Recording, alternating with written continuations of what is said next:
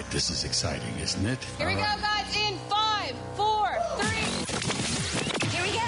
It's time for Joan Esposito. Live, local, and progressive. Thank you for the good programming. I appreciate the content and really enjoyed every moment. It's a privilege to have you on your station and listen. It's good stuff. It's very educational. It's time for Joan Esposito on WCPT 820, Chicago's Progressive Talk. Hi, thanks for being here this Tuesday, February 11th. Get ready. We're supposed to have a really big snowstorm. Winter storm warning. It's not supposed to start till tonight or tomorrow morning, but where I live, we've already seen snow beginning. So please take care of yourself. Stay warm. If it gets bad, stay home. We're used to this. We know how to drive in snow. But even those of us experienced with snow don't necessarily need to practice. You know, if you have to go out, if you absolutely have to get out, you know, you need to get to urgent care or something, then so be it. But if it's something like that can be postponed, maybe you want to postpone it till Friday? I don't know. The winter weather advisory says the snow isn't supposed to start till tomorrow, but where I am, it's already started. So, good luck. Stay warm. You know, yesterday I was talking about the new CBS poll done by YouGov, where when people were asked specifics about what Donald Trump was doing, like his move to take over Gaza and other stuff like that, they didn't like it. But when they asked how they felt about Donald Trump overall, they were like, oh, yeah, he's doing a good job. He's really doing a lot. So I think that's kind of interesting. And I think here in Illinois, we are going to see something very similar. Remember during the first Trump administration where he went to war economically with China? China retaliated by refusing to buy things that Illinois farmers grow, like soybeans. That was a move that hit Illinois. Forget about just farmers in general, yes, but Illinois specifically hit Illinois farmers hard. And guess, you know, how people are like, oh, it's good that he wants to get rid of the USAID because we should take our money overseas, you know, the heck with those people. Except that, you know, part of what USAID does, they buy crops grown here in this country. You know, those nations that are starving and we try to take care of? We just don't write them a check. We deliver food grown in the United States. So again, farmers are going to suffer. In the Axios Chicago newsletter today, they have a little article about Illinois' dollar figure for exported agricultural goods. In 2023, Illinois exported $13.7 billion worth of agricultural goods. That's from the Illinois Farm Bureau. The Illinois Farm Bureau president, Brian Duncan, by the way, has been saying, our farmers simply cannot afford the uncertainty of a potential trade war. Farm income has declined for a second straight year, and we know from experience that farmers and rural communities are the first to suffer from retaliatory tariffs. Well, China hasn't retaliated yet, but how long do you think that's going to last? And here's the real kicker. Axios Chicago includes a reference to an analysis done by the Brookings Institute. farming and rural counties who voted for Trump overwhelmingly could be most hurt by retaliatory tariffs. So the people who helped sweep Donald Trump into office apparently didn't remember that last time he was in office, he caused them a lot of economic pain. Yeah, they just seem to not remember that. Gosh darn those Democrats, we don't like them. Why? Just, they're the devil. So let's vote back in Trump. Oh, do you remember, though, how much personal income you, your farm, your rural community lost last time around? We had Donald Trump. Okay. My mother used to call this biting off your nose to spite your face. The rural and farming communities that voted overwhelmingly for Trump are the ones that stand to get crushed by retaliatory tariffs. I've said this before. People are going to have to, on an individual basis, feel the pain of the moves Donald Trump is making. Oh, look, he's getting rid of, we're not going to make pennies anymore because it's too expensive. I don't understand why anybody hasn't done it before. We're to stop making pennies, and we're going to do this, and we're not going to send any money for foreign aid anymore. And people are going, yes, more money for us. Of course, it's not. It's more money for his tax cuts for his billionaire buddies. But people are like, oh, look at everything he's doing. Man, he's doing so much. Okay. We've already seen the complaints in South Florida from the Venezuelans who said they were promised protection by Republicans, and Donald Trump has eliminated the temporary protected status that they have been living under here in the United States. So that's one group he's already screwed. And watch this space. If you're a farmer in Illinois, you are not going to come away unscathed. Remember how China said they don't need Illinois soybeans, they can get them elsewhere? And the fear was that that business would never come back. The very people in farming and rural communities who voted for Trump are the ones who could most be hurt by retaliatory tariffs. But you know what? Hey, we're not going to make pennies anymore, so there's that. Right? Thank you for joining me on this Tuesday, February 11th. We are opening up the phone lines. Lady B is at the top of the show. She is subbing in for Paul. We're going to have Lady B for a while, and then Andy Miles is going to be answering the phone. So, woohoo! It's gonna be fun. But 773-763-9278, 773-763-9278. Give me a call. Shoot me a text. Big news this morning that Trump has the Trump administration is announcing the release of an American imprisoned in Russia in 2021. Like the basketball player, Brittany Griner, this young guy apparently traveled to Russia with a small amount of medical marijuana. It was prescribed in the U.S. for back pain. Of course, it's not allowed in Russia. Mark Fogel is his name. He was a teacher. He was detained in 2021, charged with smuggling. The Biden administration classified him as someone who was being wrongly detained. And now Trump's national security advisor, Michael Waltz, has announced that Russia's going to free him. Here's the weird part, though. Michael Waltz said this deal was an exchange.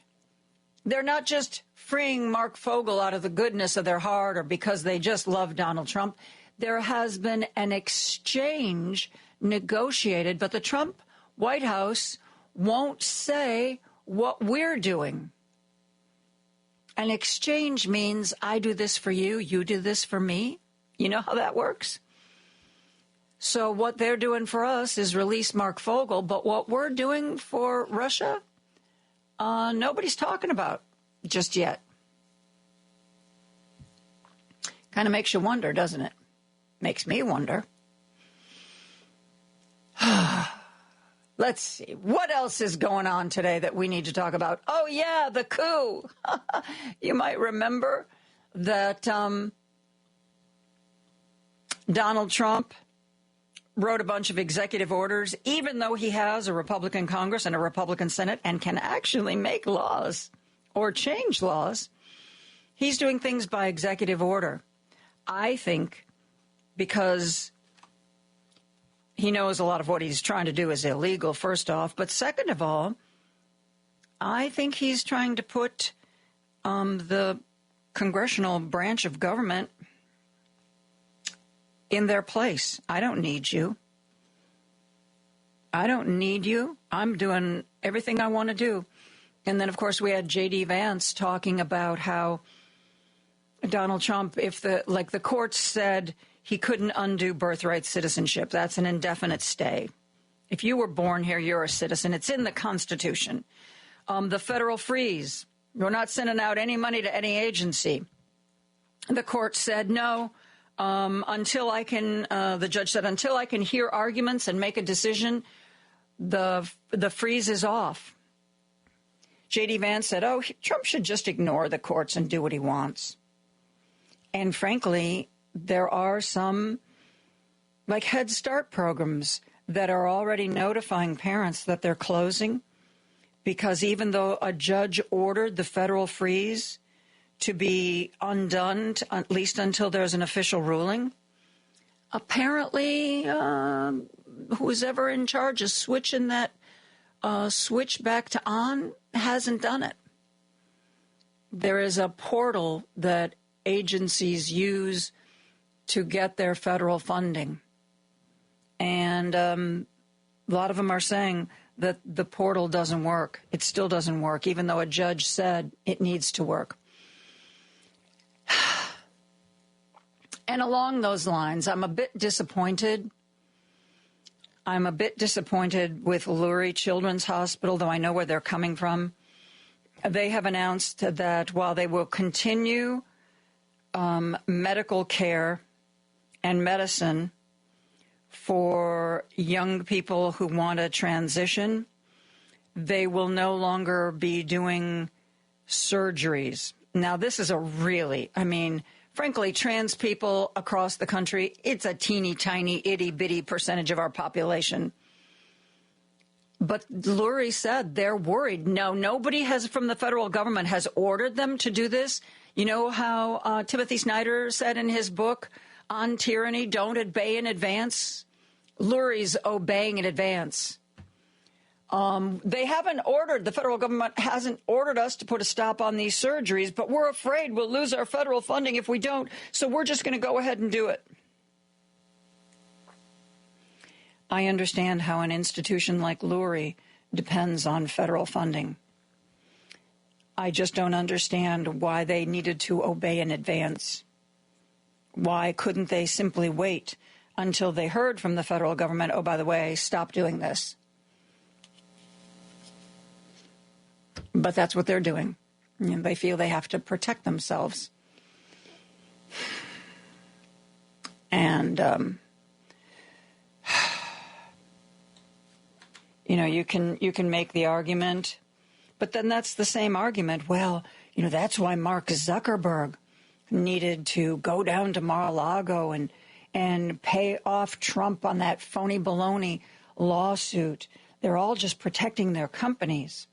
They're all capitulating is what they're doing. And that's a slippery slope, my friend.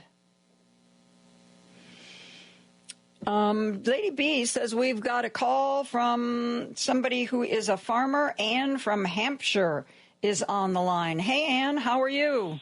Thanks for the call. Hi, Joan. Good to talk to you. Thanks for taking my call. We've been farmers all our whole life, And I don't know if you recall when Trump was last time, he put tariffs on our crops, 20 to 30%. And that's a huge drop in our costs. And the farmers were so upset. I think they might have even, some of them marched on in Washington, D.C. But anyways, he gave them a bailout check. I don't think we accepted it. But he had to make sure that his name was on it so they would know it was coming from him. He caused the problem, but he wants you to know that he's there for you. Yeah, and I believe that's probably what he'll do again this time. Well, you know, it doesn't make any sense to hurt the people who voted for you. And I mean, come on. Even for Donald Trump, that should be clear cut. Exactly. And most farmers are Republicans, and they just vote along party lines. I have a 82-year-old neighbor like me who has come to my house looking for a signature on something, and she just loves Trump. I said, why do you love him? Oh, because he's for the farmers. And I just couldn't believe what I was hearing. Oh, my goodness. Well, he's more than, yeah. So this is what, I mean, we don't even tell anybody we're Democrats because I'm sure we'd get booed and hissed and whatever. But it's really sad that they have to that and not know that he's not for them. Yeah. I think there were a lot of people who forgot the misery he put them through last time around. And people believe what he says, and they don't pay any attention to what he's done in the past. This guy's got a track record. Exactly. You know, anybody who wants to pay attention knows that he is not in it for the little guy. Never has been. No, never. No. She said, this woman said to me, what is it you don't like about him? I said, well, first of all, he's a crook. And secondly, he's cheated on all of his wives. And she tapped me on the shoulder and said, oh, honey, they all do that. Oh, yeah. I love that. Boys, that's the boys will be boys excuse. Yeah. Oh, that just... And farming is a very male-oriented occupation, so I just shook my head and said, no, they don't all do that. Oh, man. Oh. Well, I feel sorry for her. Very Sounds like things haven't been perfect in her life. But, Ann, thank you so much for the call and for sharing that story. It's really nice to know that even in the farming communities, that there are some people who see the world clearly. Yes, just a reminder. Thanks, Ann. Thanks so much for that. Yep. Before I go back to the phone lines, I want to share something that I thought was really interesting. You know, Michael Steele, the former head of the Republican National Committee, the Republican in chief before Trump, Michael Steele has his own show on the cable news on the weekend, and he was interviewing Congressman Jamie Raskin. And there's apparently a provision of the law that will allow we, the people, to file lawsuits against at least part of what Donald Trump is doing. I thought this was just absolutely fascinating. So I'm going to share this with you now. This is Jamie Raskin, congressman, on MSNBC with Michael Steele over the weekend on citizen lawsuits. Listen to this. Welcome, Congressman. I'm loving this theory. It's very interesting take. Explain it to us, how citizens can sue Elon Musk and Doge, and how 18 U.S. Code 1030 can be applied. So the first thing to understand, Michael, is we are winning in the courts. And people need to understand that. Judge Gia Cobb in the district court in the District of Columbia just halted their efforts to out thousands, I think 6,000 FBI agents across the country for their involvement in prosecuting January 6th. Judge Kolar Kateli shut down the raid on the Treasury Department. And so the courts are doing their job. I've been at rallies all week because, a rally a day keeps the fascists away. But it was bugging me that these guys, Elon Musk's, midnight fascist crew of teenagers and 20-somethings, have been able to access everybody's computer data in the country, and that's why a lot of the courts are getting involved. But it was killing me because I wanted to spend some time with the statutes, and so this weekend I've been looking in the statutes, and one of them, which is getting to be in contest now, is called the Computer Fraud and Abuse Act of 1986. It was actually pushed by Ronald Reagan, who at Camp David had seen the movie War Games and got very concerned about the security of government computers. And he, with Congress, pushed for a statute to make it a crime to on an unauthorized basis to obtain other people's information and then distribute it. And there have been tons of criminal prosecutions on that. But if you read the statute, there's also a private right of action. So if you are a citizen, and you can integrate this with taxpayer privacy data statutes, if you are a citizen whose private data has been compromised through a breach of government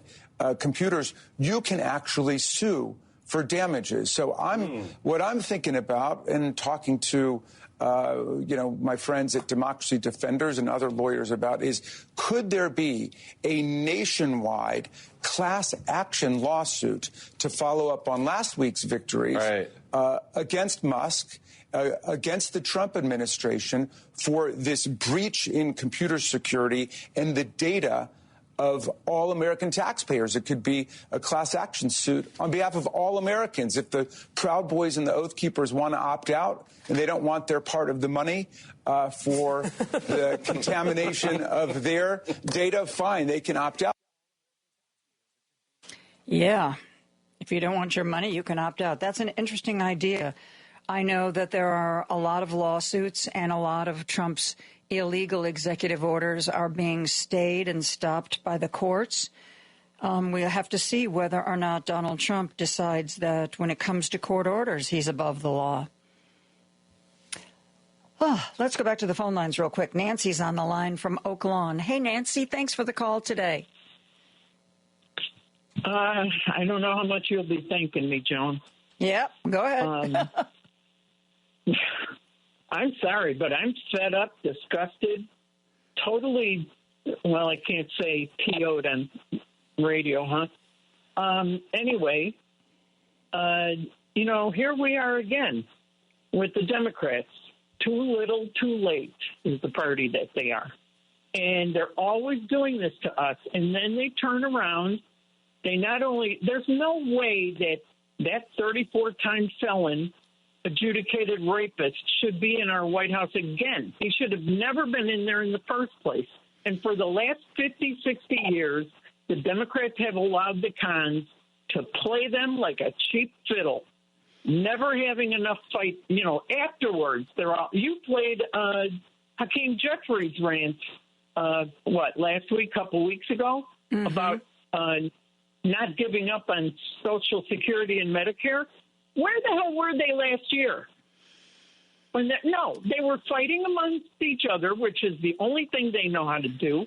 Over the years, they have never given us the best candidate to vote for.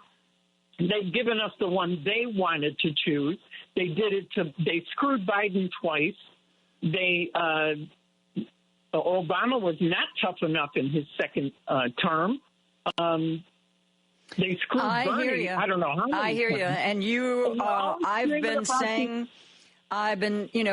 I've been saying all along, where is the leadership? Nancy, I have to take a break, but when I come back, Lee McGowan, who has a Politics Girl, she has a Politics Girl podcast, and she's on social media.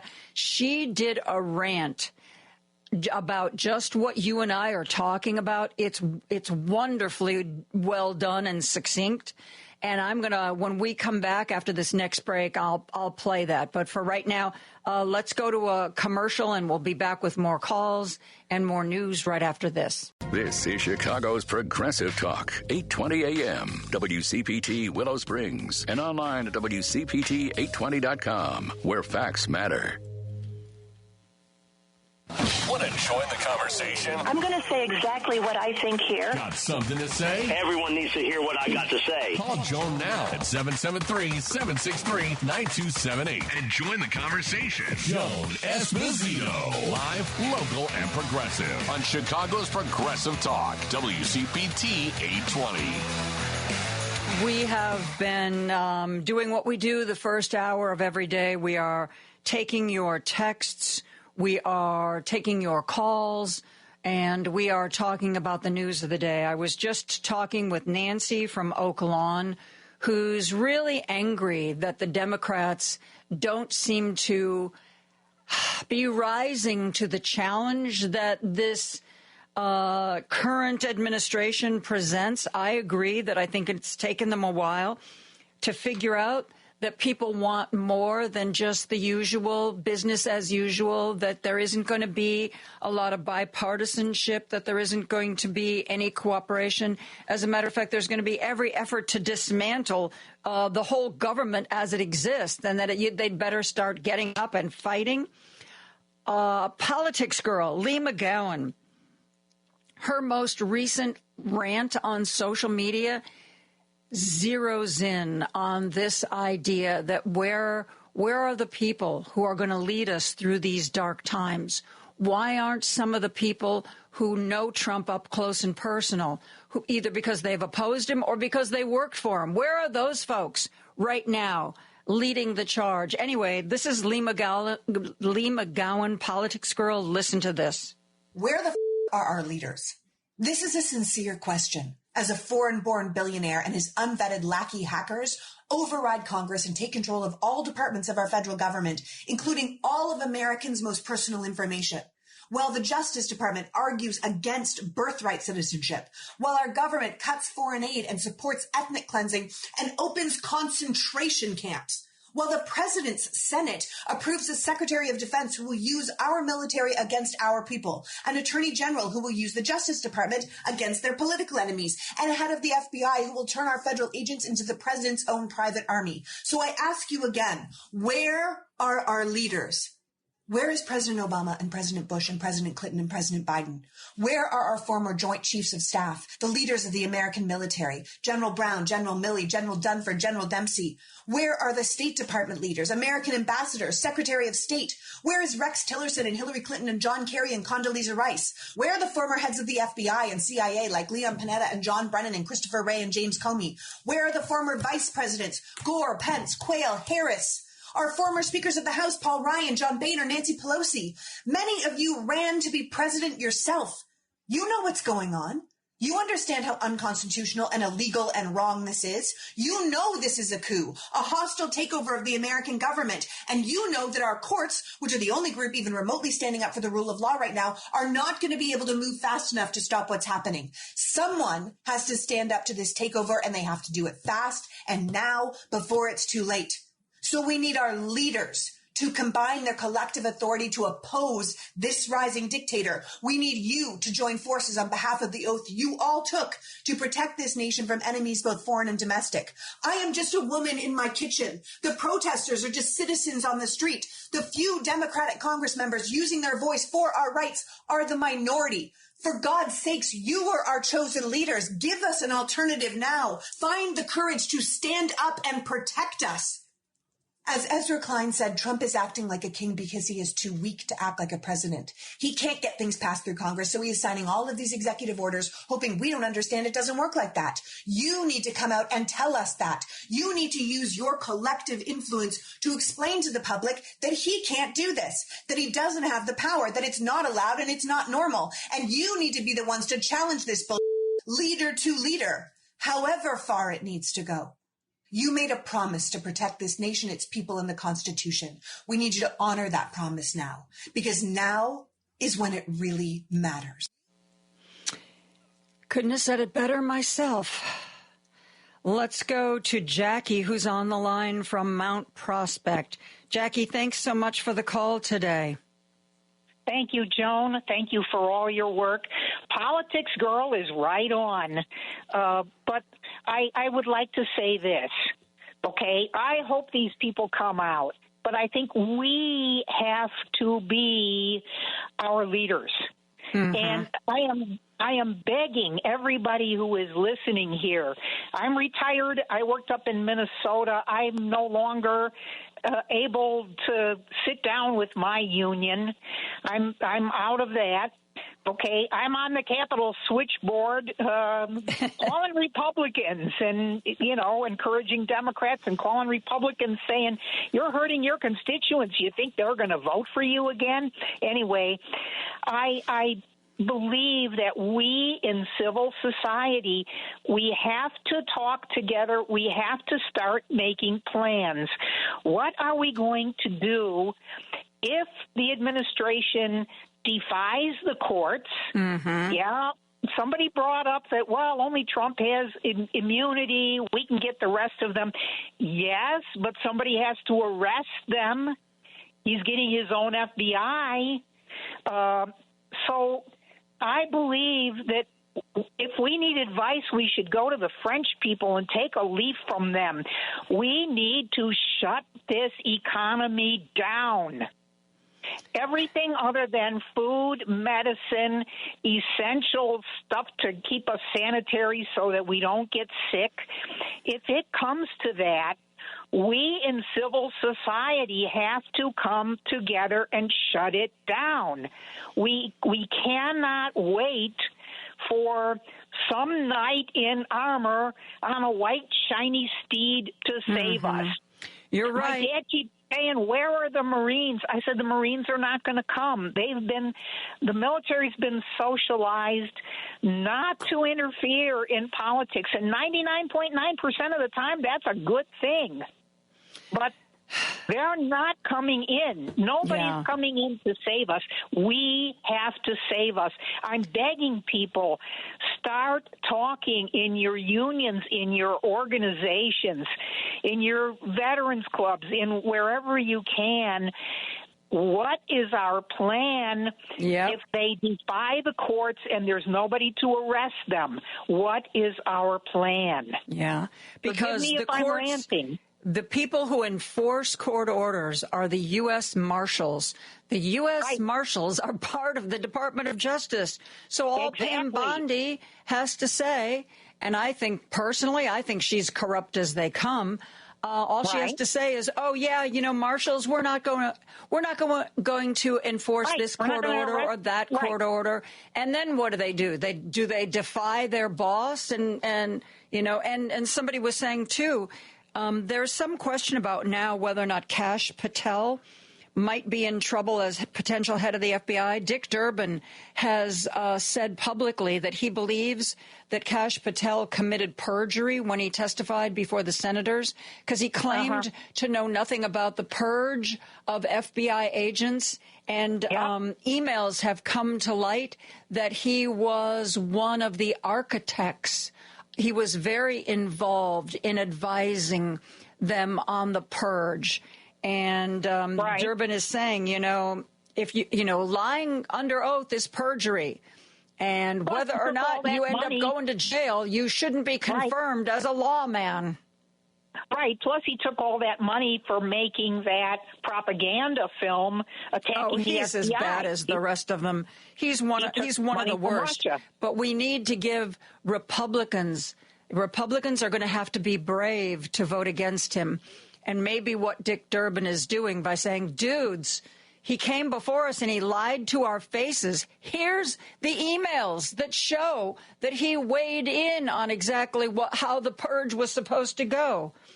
Maybe that'll give them the backbone they need to actually refuse this guy because, Trump learned the first time around about the people who opposed him and thwarted his will. That's why he wants to put in cabinet positions all these people who are deeply unqualified, except in their loyalty to him.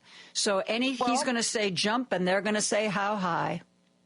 Right, and the other thing is, now we hear that if you are applying for the FBI, you're going to be asked, was Jan 6 an inside job? Was the 2020 election stolen? A loyalty test, absolutely. Right, if you don't say yes to both of those. But, we've got to do all we can to use the legislature and whatever we have, but we cannot rely on it. We, as civil society, we've got to plan. What nonviolent things are we going to do? General strikes, whatever we can to obstruct. And again, I would say don't go to the street because they can shoot you down in the street. They don't have the personnel to force you to leave your house and go to work. They don't have a means to force you to buy anything that's not essential. I am begging everyone to think about this, and forgive me if I'm ranting, but no, that's okay. You're repeating something I've said. Even if you cannot get out and protest at the Federal Plaza or wherever the protest that day is, you can protest with your dollars. Support companies like Costco who are resisting the Trump administration. Buy Elf Cosmetics. They're doubling down on DEI. Nordstrom didn't contribute anything to Donald Trump. And, and if you need to buy something, don't go to an aggregator site like Amazon. Go directly to the company's website and buy it from them. Let's cut out Amazon. Thank you for the call. I gotta move along. I really appreciate that. David is on the line from Massachusetts. David, thank you for calling in today. Hi, Joan. Thanks for having me. You talked earlier in the show about the pain that people are feeling, especially Trump supporters, from his policies. I was watching a Trump rally before the election, and Elon Musk spoke. He said that he will cut $2 trillion from the budget, and everyone is going to hurt. He said that we will take the government out of your pocket, and America will reach new heights.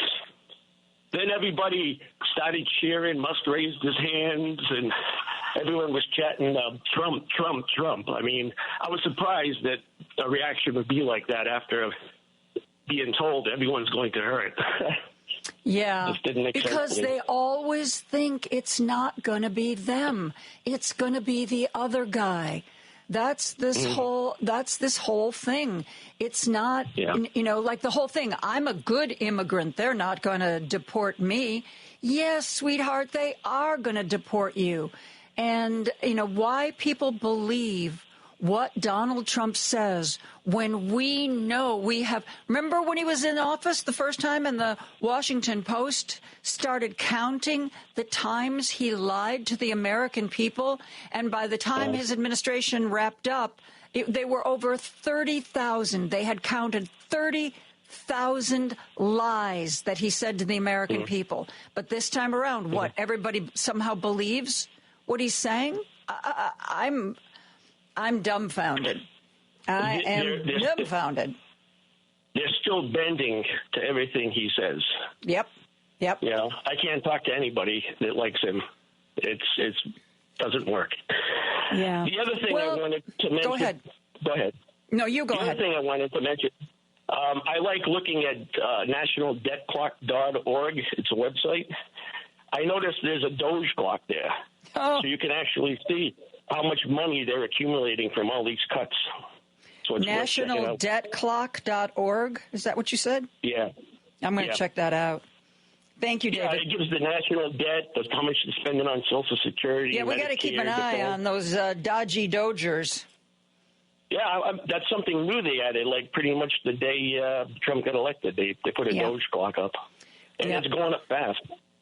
Well, Donald Trump is doing very Donald Trumpian things. He is taking money from the middle class and the lower classes, cutting programs so that he can push through a renewal of this big tax cut for his billionaire buddies. And he can say, oh, look, there have been so much in the way of savings. I can do this tax cut And it isn't even going to cost anything. No, it's going to cost Meals on Wheels. It's going to cost Head Start. It's going to cost farmers because USAID isn't buying crops to send overseas. No, it's not going to cost anything. It's not going to cost Elon Musk or Mark Zuckerberg or Jeff Bezos or Peter Thiel or any of their ilk anything, but it's going to cost us. I'm sure eventually everyone will start to see it. Right now, most of them are still blind. Yeah, I agree. When they start feeling the pain and they start looking around going, well, wait a minute, this wasn't supposed to happen, then it'll be a different story. Exactly, I know what they're exactly going to say. Oh, how can I survive? That's what they're going to say. Yeah, okay. It's going to be tough. David, thank you so much for the call. So nice to hear from Massachusetts. Appreciate it. Yeah, we're holding on here. Bye. Keep holding on and call in anytime. I want to share a text I got from Mike in Chicago. Episode 1 of Trump's tariffs led to Chinese boycotts, particularly corn, soybeans, and pork. U.S. bailouts to farmers exceeded the cost of lost export sales, not to mention the cost to jobs, etc. These are the same people that continue to vote for this guy because they fear we're turning towards socialism. What do they call these kinds of bailouts? And you're absolutely right. You get a check from the government to grow something or not grow something or do something with your farm. That, by my definition, that kind of falls into the whole socialism thing. So if that's really what you're worried about, maybe you ought to take a step back and look at the big picture.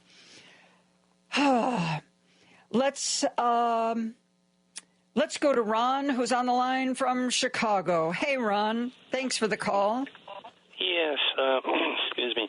Another one of Trump's bases that is on shaky ground is that churches and other religious organizations are filing lawsuits against him because of immigration agents are raiding their worship services and arresting people.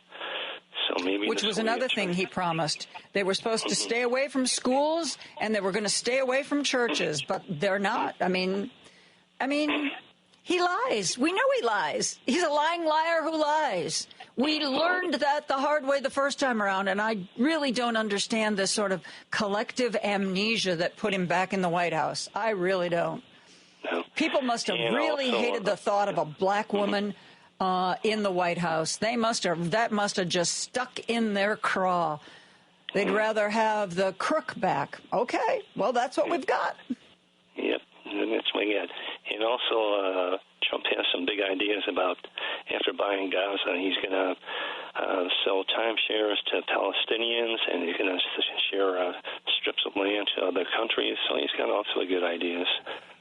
Oh, you know what I bet? If you know, he entertained the King of Jordan today, and even CNN, which tries not to rag on Trump, they were reporting that the King of Jordan clearly does not support the U.S. takeover of Gaza, but Jordan gets a lot of federal aid from us. So the King of Jordan his response was, well, you know, we should really see how Egypt feels about this. Jordan already has a lot of Palestinian refugees, and where are the 2 million Palestinians currently living in Gaza going to go? Let's put our thinking caps on. Oh, maybe they're going to go to Jordan.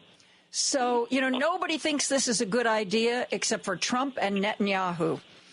The rest of the Arab world, and frankly, the rest of the world in general, thinks this is just a terrible idea and a horrible grift. Yeah, it's oceanfront and it's really great climate. Let's just bulldoze the whole thing and put up resorts. And then you know what's going to happen? Donald Trump is going to invite certain numbers of Palestinians back to be the maids and the bellhops and the valets. Maybe not the front desk workers, because you want somebody, probably white for that job. But, the Palestinians, they can be the ones who take out the garbage and clean the toilets. That has got to be part of the part of the long-term plan, I would imagine. Do the housekeeping. Yeah, exactly. Ron, thank you so much for calling in today. Let's go to our good friend Bobby, who is on the line from Indiana. Hello, Bobby. It's Bobby.com. Yeah, I know. I've got next time I have David Hochberg on, we're going to have to talk about that. I know why he's doing that, because it's just so easy to tune out the commercials. So he's doing something kind of grating, which makes people pay attention to the commercial and hear it. But it also, I've had people texting me saying that they find the commercials so annoying they don't even want to use his services. And, he's really a good guy, and he is really good at, his company is really good at what they do. So try to ignore the annoying commercial, .com. Oh, God. Well, good old Donnie is good at what he does, too, because I found out Monday just how grocery prices are. Oh, how bad. Well, let's put it this way. I think I got 6 bags plus my water. I bought absolutely no meat of any kind. $93. Wow.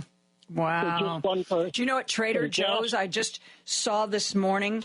It may not be every Trader Joe's, but I read that Trader Joe's was going to put a limit on the number of cartons of eggs that you could buy, because with all of the bird flu and egg prices being so high, they're worried that people will come in because they think the price is just going to go up and up and up, that they will start buying all the eggs. And so if you go to Trader Joe's, you may find yourself limited to 1 or 2 cartons. Well, here's a little something that, among all the doom and gloom and bloodshed that really blew me away, but in a positive sense, you might like this. It's too cold this time of year to sit on the line truck and eat your lunch. So I went inside the Arby's, and I had to sit up front. And I didn't realize, but I should have. I hardly ever go inside lately. Like most of these fast food places, they got one of them big TVs. Mm-hmm. And I'm sitting there, and, I hear the voices, and I say, oh, and I must have said, well, wait a minute, the way they're talking. And I look up, and I says, well, that explains why it's sounding so good to me, because on the bottom of the screen it says MSNBC. Mm-hmm. It's not Fox. It's not any of the other right-wingers. I said, my God, they actually are playing one of the last remaining live cells of democracy in the general TV land. I couldn't believe it. Yeah, that is a rarity. That is absolutely a rarity. When you're sitting in waiting rooms for medical tests or whatever, there's always a television, and I've never seen a television turned to MSNBC. That's very interesting. Maybe I know. We'll see. I think viewership for MSNBC is going to really expand. It's already, all cable news took a big hit after the election. People were just tired of politics, but MSNBC has been gaining viewership back. So I think maybe they'll be more popular. Yeah. Bobby, I got to go. I'm trying to squeeze in several calls before we wrap up. Take care, my friend. We have a caller from Detroit. Andrew is on the line from Detroit. Hey, Andrew, thanks for the call today.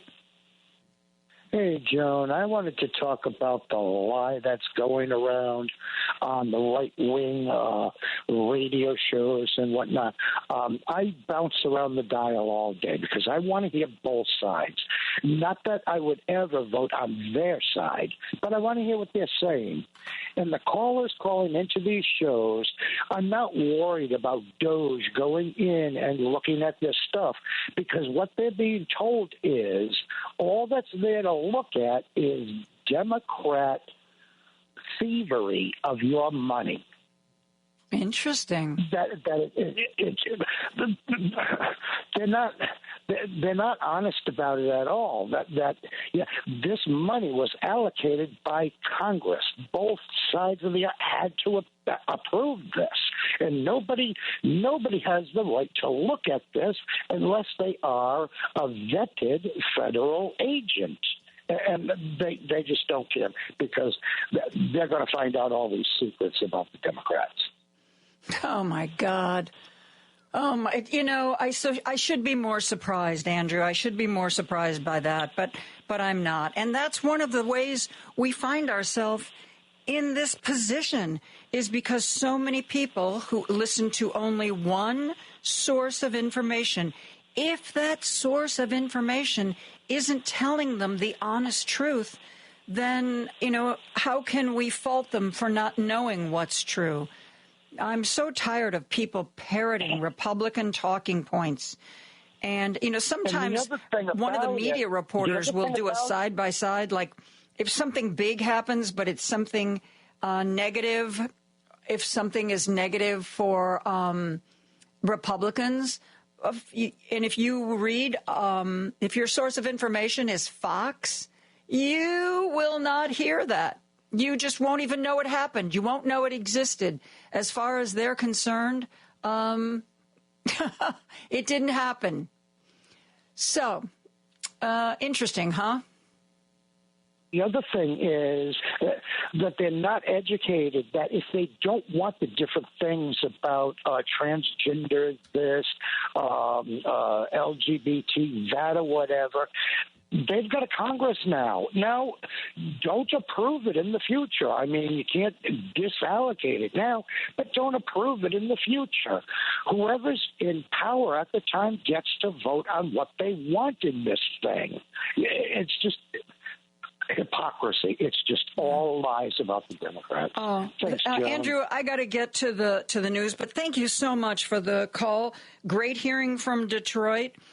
Please call in again anytime.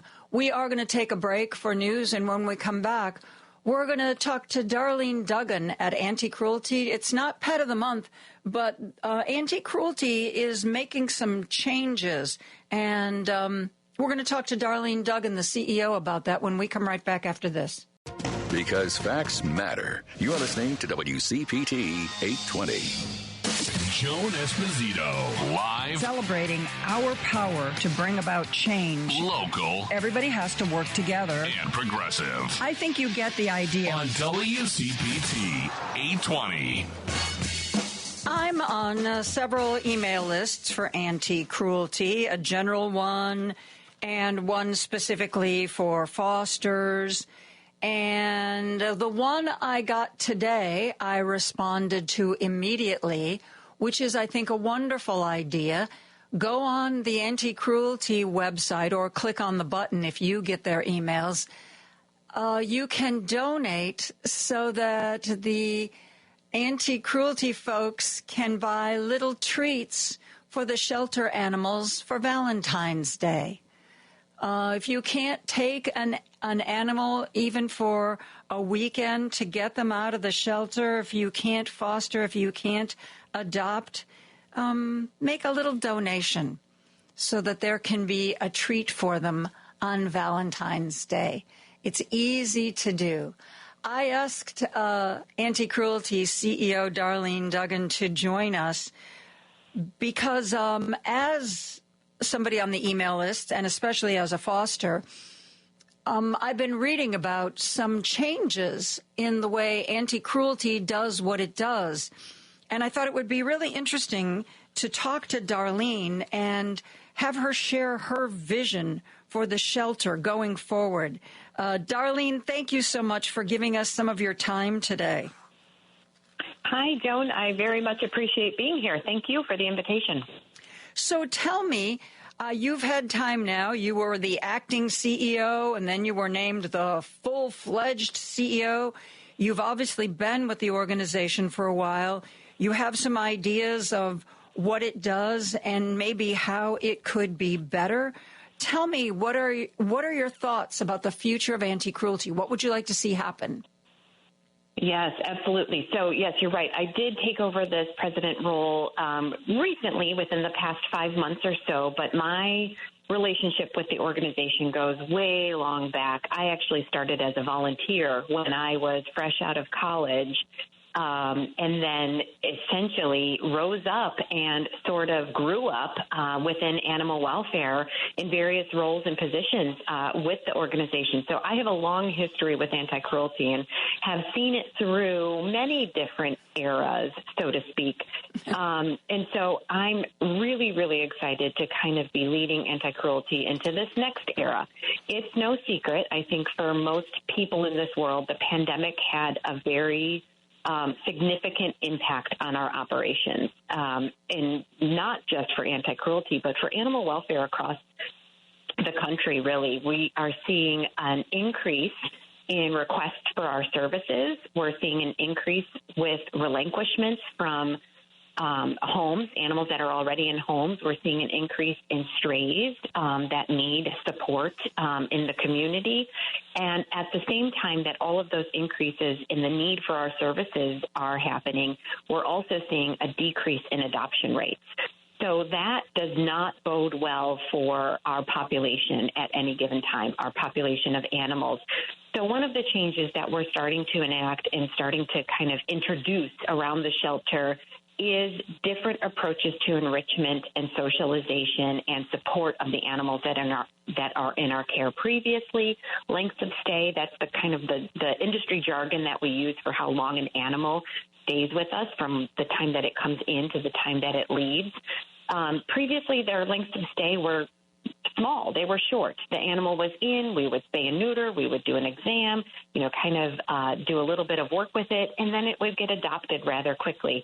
But now we're seeing extended lengths of stay, especially for large dogs. So we have to address that. We have to start doing more enrichment. We have to start doing more behavior work for these animals. We have to start doing more socialization so that we can still continue to look for adoptive homes and supportive homes while we're also working on that enrichment component for the animal. So that's the real impetus for a lot of changes that I'm looking at introducing into the shelter is how do we structure ourselves, how do we position ourselves to be able to deliver that best care for the animals.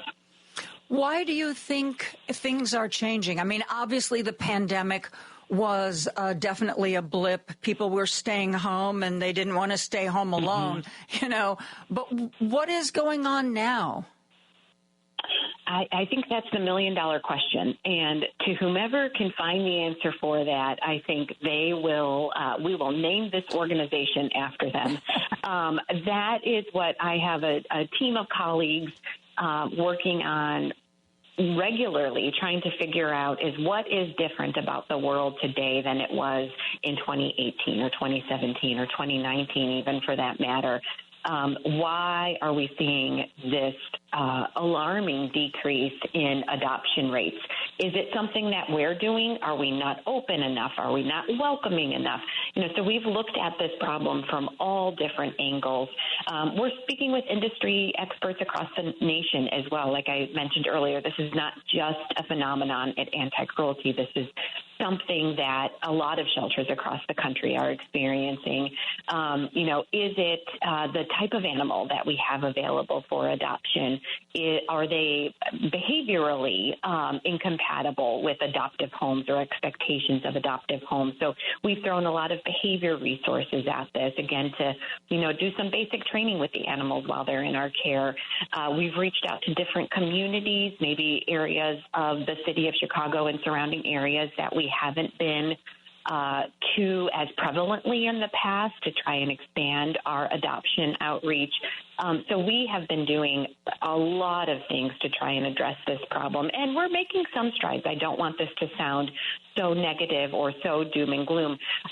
Actually, our cat adoption rates have been increasing in the past couple of years, so that's a really bright spot in our recent history and in our data collection. So there is some good that is coming of our efforts right now.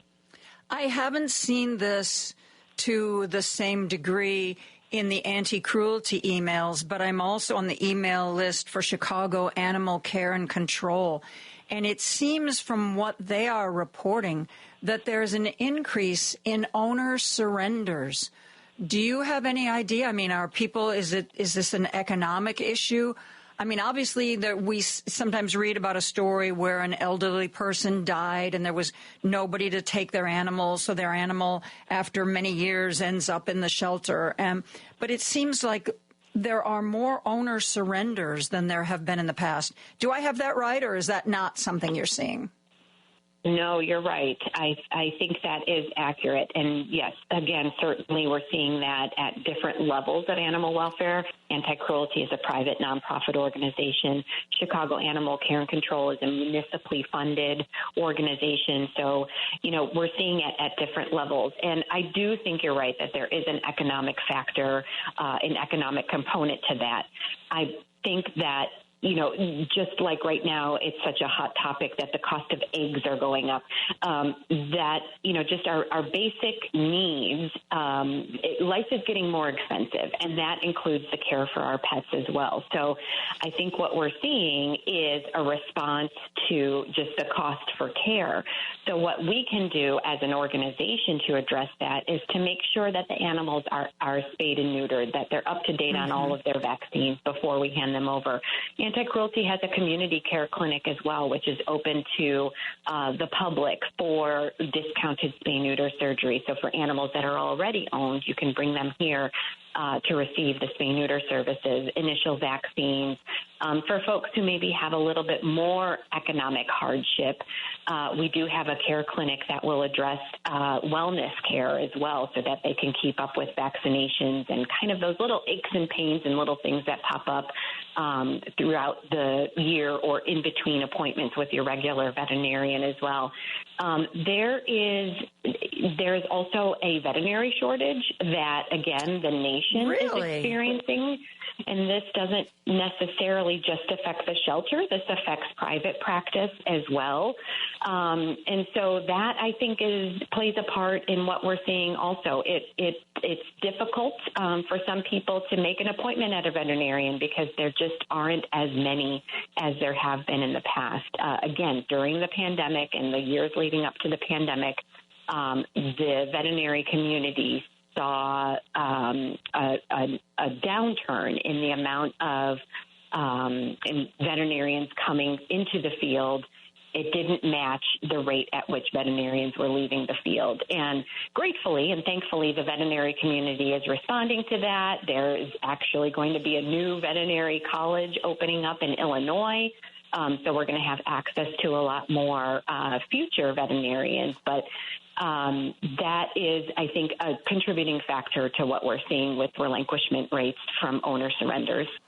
Well, I'm really glad that you are in charge, and I'm really glad that you are looking, it isn't just, business as usual. You're looking at how things are changing and how anti-cruelty needs to adapt to those changes to make sure that whether it's an owner surrender or a stray or an animal that comes from another shelter, that they have the best shot of getting their very own family. And I really am very pleased that, first of all, that we are at WCPT working with anti-cruelty, but that you're really paying attention to the future and making sure that you do what's best. And I really appreciate that, Darlene. Well, that's nice. Thank you so much for saying that. And anti-cruelty has been a part of the Chicago community for 125 years, and I want to make sure that we are well positioned to continue to support this wonderful city in surrounding areas for the next 125 years. So thank you, Joan. Well, thank you for sharing that story with us. And also remember, folks, if you want to log on to Anti-Cruelty and click a little button, you can make a donation so that the shelter animals get a little treat for Valentine's Day. We are going to take a break. We're going to be back with politics right after this. Hey, Google, play WCPT. Streaming Chicago's Progressive Talk from TuneIn. Now back to Joan Esposito, live, local, and progressive on WCPT 820.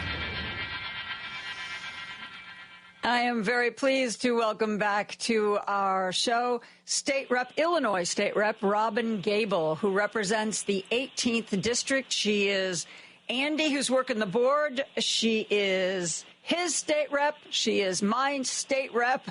And it is nice to have a conversation with her again. Robyn, how are you? I am well. I am so pleased to be here with you.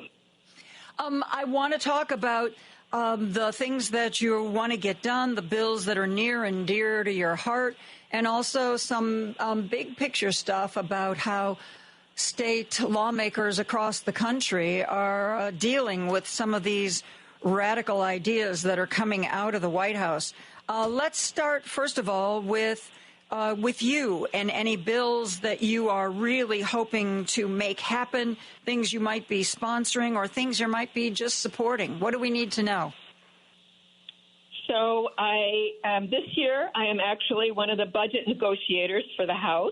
I'm the lead budget negotiator. So I'll be working with both the Senate and the governor's office to make sure that we have a balanced budget. This year, as you know, some of the ARPA dollars are winding down. So we're going to have to produce a budget that has a little less spending and creating more efficiencies. So I'm looking forward to working on that. And then I again, am going to be one of the negotiators on our clean energy and our energy work.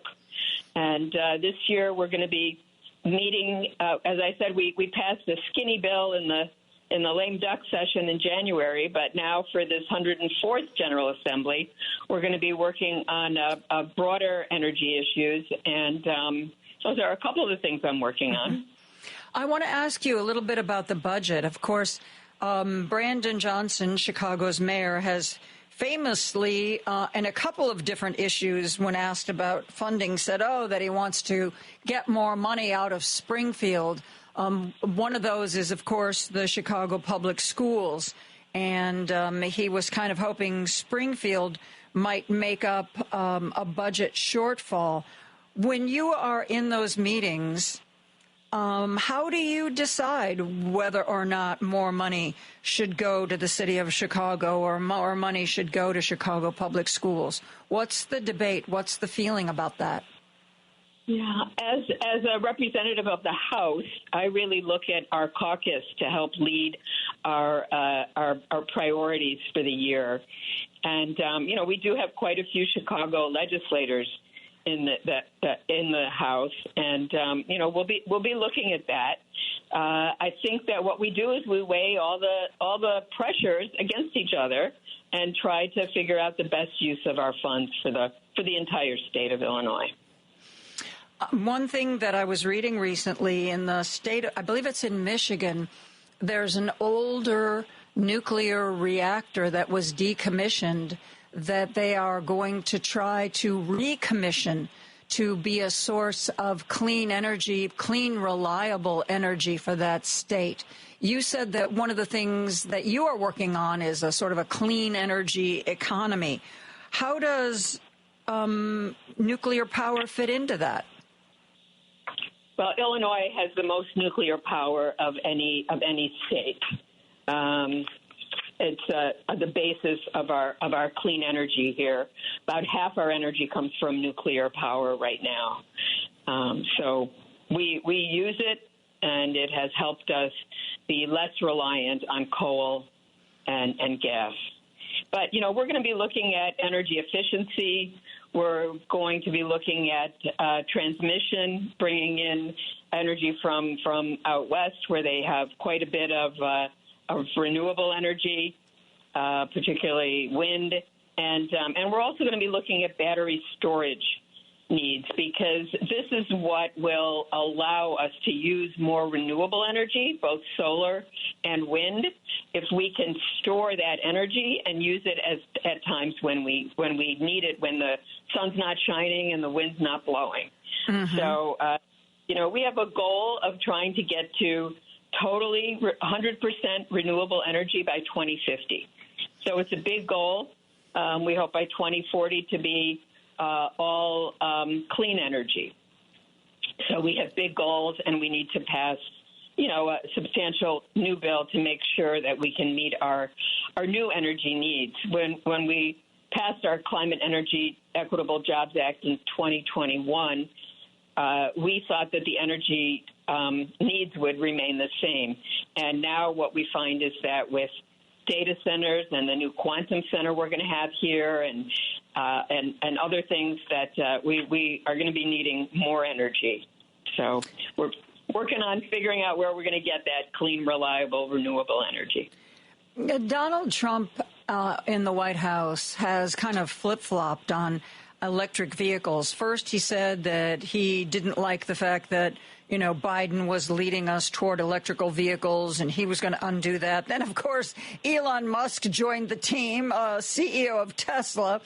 And then suddenly electric vehicles were in vogue again. What are the plans, since we can't count on the federal government, what are the plans to support EVs? Are there plans to build more charging stations, or are we going to kind of leave that up to the federal government? No, we have quite a plan to build more charging stations. There are many, many more charging stations than there were just a few years ago. I actually bought an electric car in 2017, and wow. There was one place to stop between Chicago and Springfield. And now there are, at least 4 or 5 places to stop between Chicago and Springfield, and more places in Springfield. There was only one place in Springfield to charge my car. So, yes, we've been doing that already. We'll continue to do that. We do give some rebates for people who buy electric cars with our own state dollars, and we will continue to be a strong state in support of electrifying the transportation sector, which is the biggest provider of or spews out the most carbon than any other sector.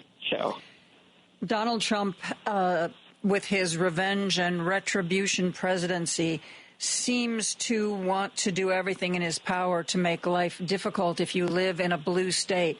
Hence, we get the Republicans in Congress saying that for the first time, disaster aid to California to recover from the wildfires might just be tied to other issues, and other votes, which has really never happened before at the federal level. What particular revenge or retribution moves are you concerned about trying to prepare Illinois for, protect us against? Well, I don't know if there's anything particular about Illinois, but as you know, the federal government has talked about reducing Medicaid eligibility. And, half our births in Illinois are paid for by Medicaid. So we have concerns about how we're going to make sure that like 90% or more of our people here can continue to have access to health insurance and health coverage. We've already set up a state health plan. I passed that bill a few years ago, and now we're working on how to implement that to allow buy-ins and make sure that everybody can get health insurance in this state, and that our charitable clinics are strong and our federal qualified health centers are strong to counter these problems. But all the states will suffer if they make changes to Medicaid. It won't just be Illinois. I am going to be speaking to the McHenry County Women Democrats in a couple of weeks, the 22nd. Any message I can deliver for you?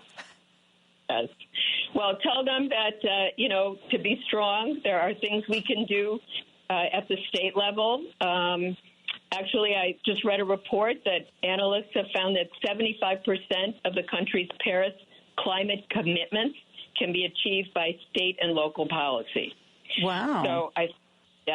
So I think we have to be strong. We have to do what we know is right for the people here in Illinois, and make sure that that their lives are still good, and that we can continue to create good-paying jobs here, and keep our energy needs affordable, and create health so that they can be healthier. Excellent. I will deliver that on your behalf when I speak to them. Robyn, thank you so much for joining us and giving us a little update on what is going on at the state legislature. Really appreciate your time. Thank you so much. Take care now. You too.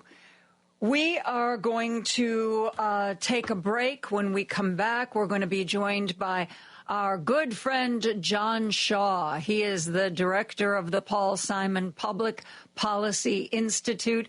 And I have to share with him, last week, one of the people who texts into my show said that, that I haven't really liked a politician since Paul Simon. He really was a great guy. We are going to take a break. We're going to be back with more after this. This is Chicago's Progressive Talk, 820 AM, WCPT Willow Springs, and online at WCPT820.com, where facts matter.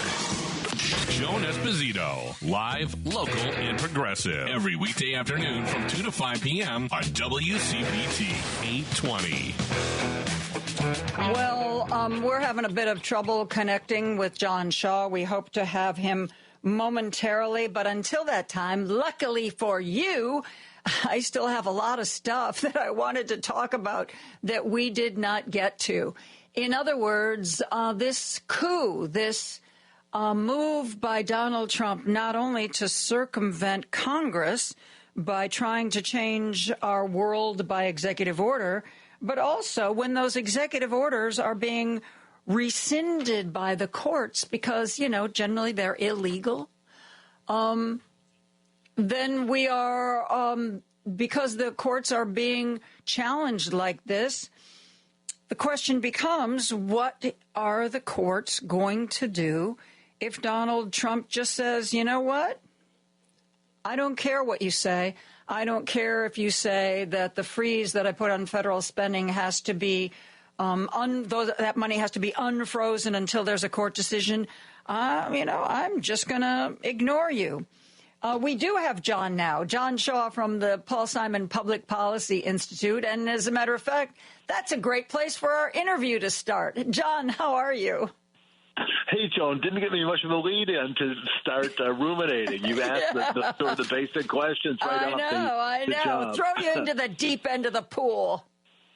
Oh, my goodness. Well, I could not think of anyone to throw me into the pool better than you, Joan. So I look forward to that.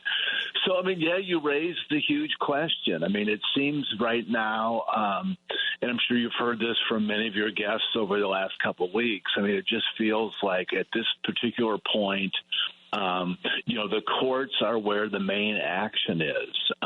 It seems to me that taking a little broader view that this whole flurry of executive orders in these last couple weeks, are meant, I think, largely for psychological reasons, I would argue. I think Trump is trying to set a kind of a tone of dominance, of control, of intimidation.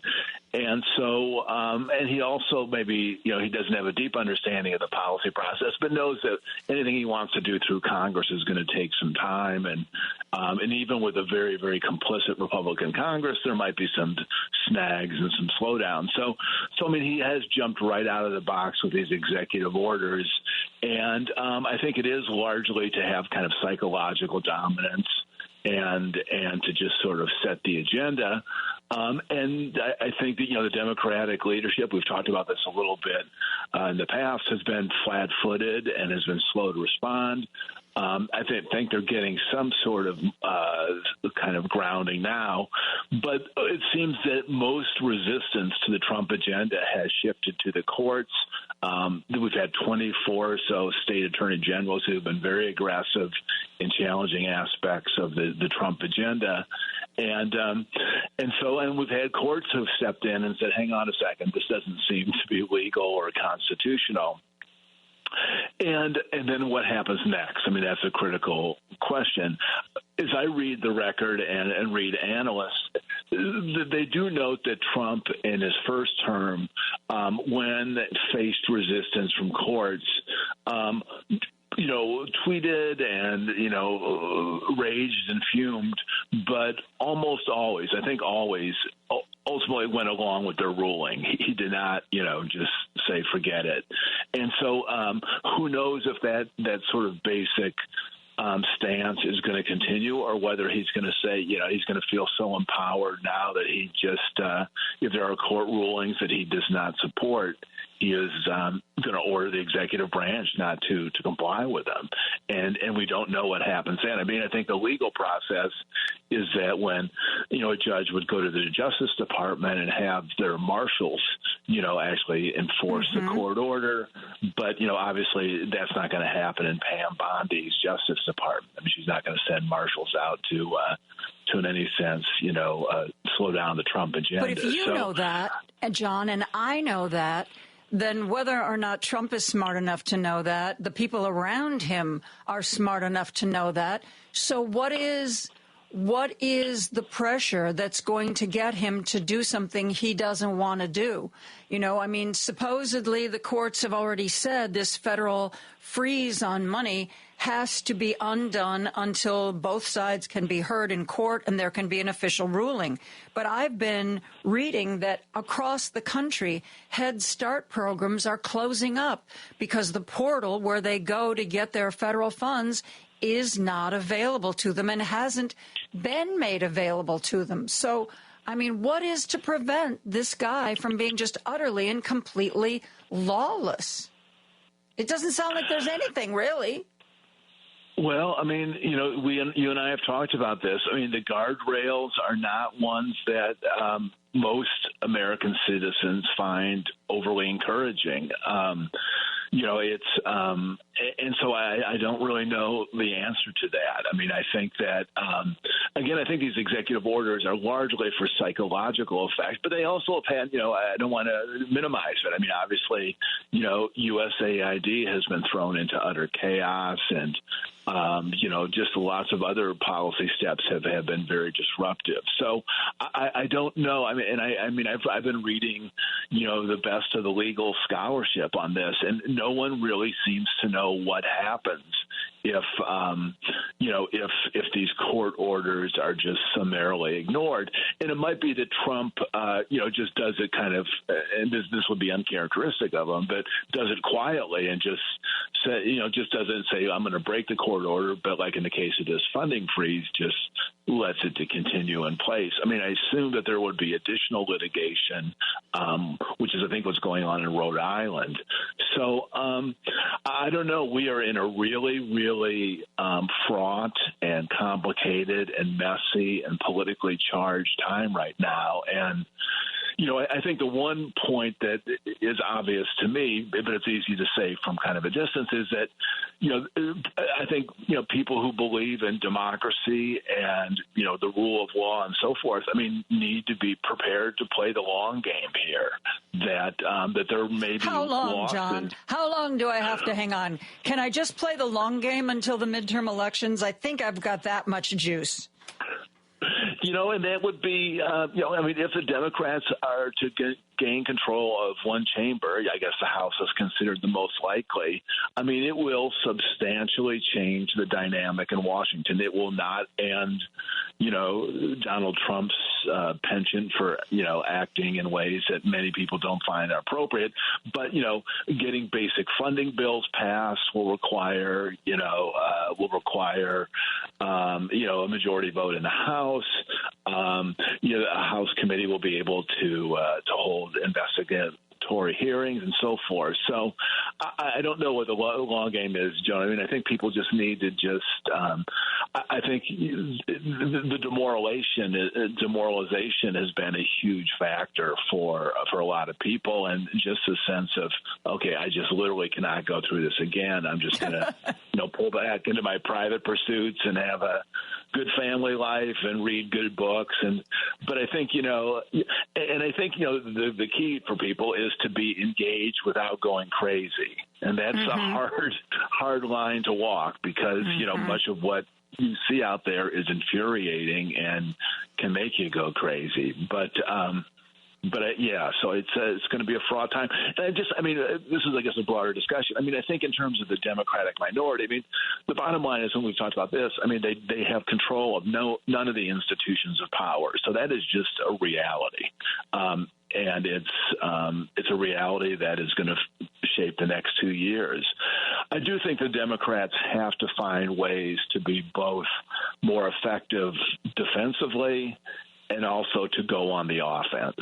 And then defensively, it's I guess, the sense of just responding to some of these policies that are egregious, using whatever instruments of public will, state's attorney general, et cetera, to just respond and to use the court system to the extent that they can to just challenge policies that seem beyond the Constitution.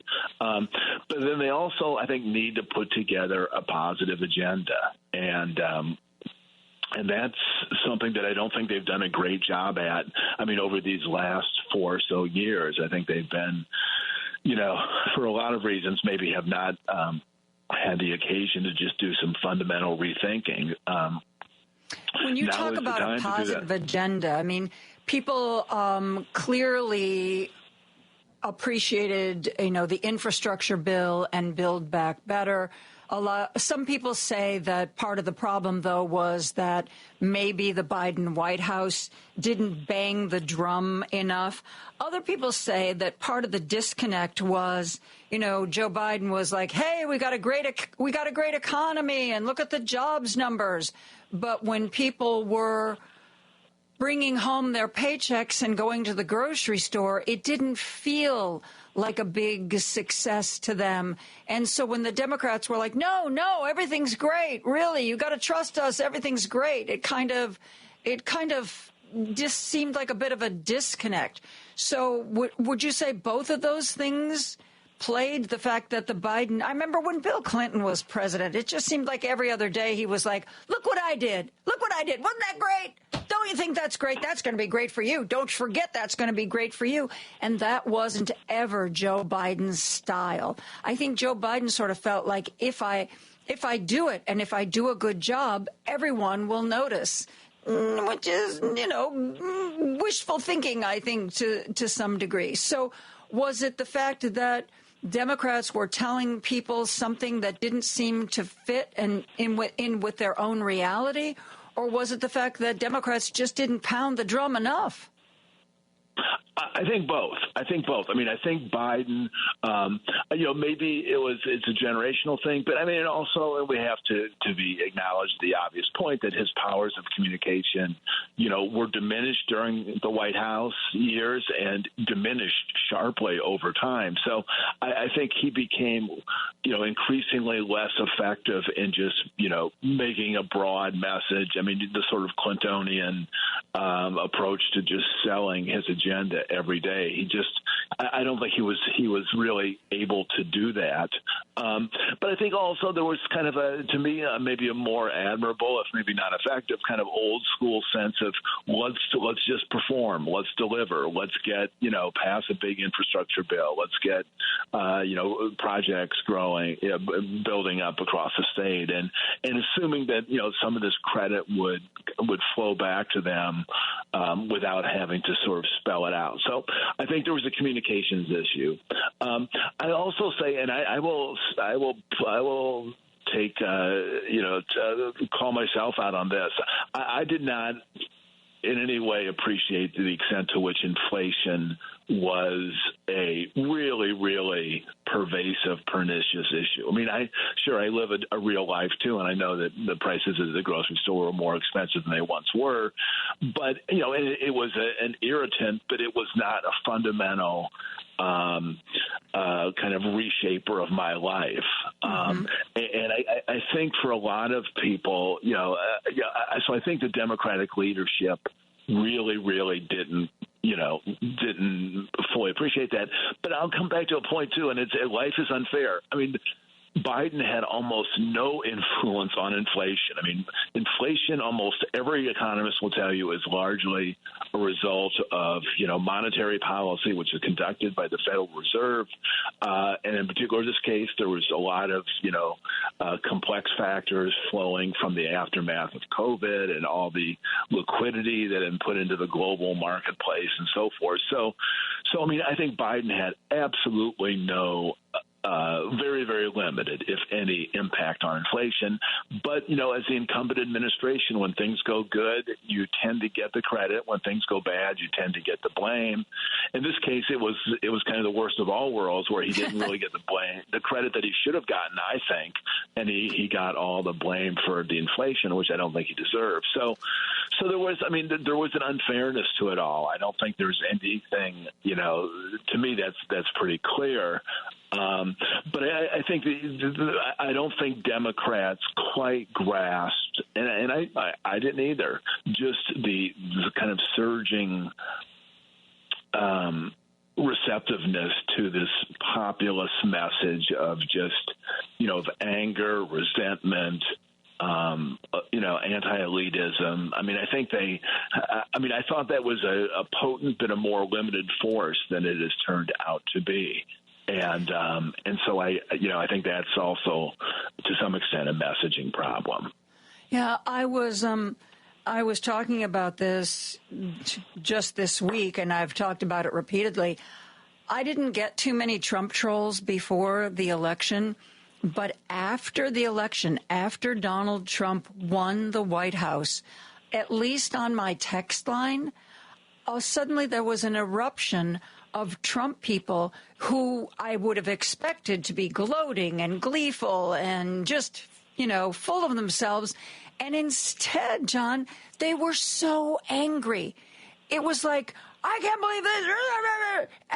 And I kept writing the same message back. Dude, your guy won. This is when you're supposed to be happy.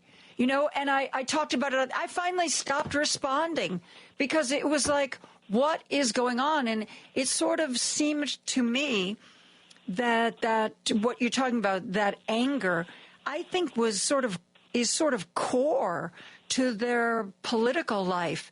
And even after they won, it was all they knew. It was so ingrained that despite the fact that they were given the keys to the kingdom, they were still just as mad as they were before. And I was like, I was very surprised by that and puzzled as well. No, I would. I think that's a great point, and I've noticed too that when you just even occasionally at night I'll watch Fox for a little bit to see what they're saying, and it's it would seem like they own the political process, they own Washington. It would seem like there would be more of a kind of a gleeful sense of triumph, but it still is this kind of seething anger and recrimination. And I think at core, that is what holds the base together. And the piece of Trump's the political fortunes that I just have failed to understand, and I still don't, which is why his people, I get how shrewd he is in tapping into the anger and resentment, but I'm just so surprised that they don't seem to really expect tangible results from him. It's like they're just completely happy with him, imposing tariffs or.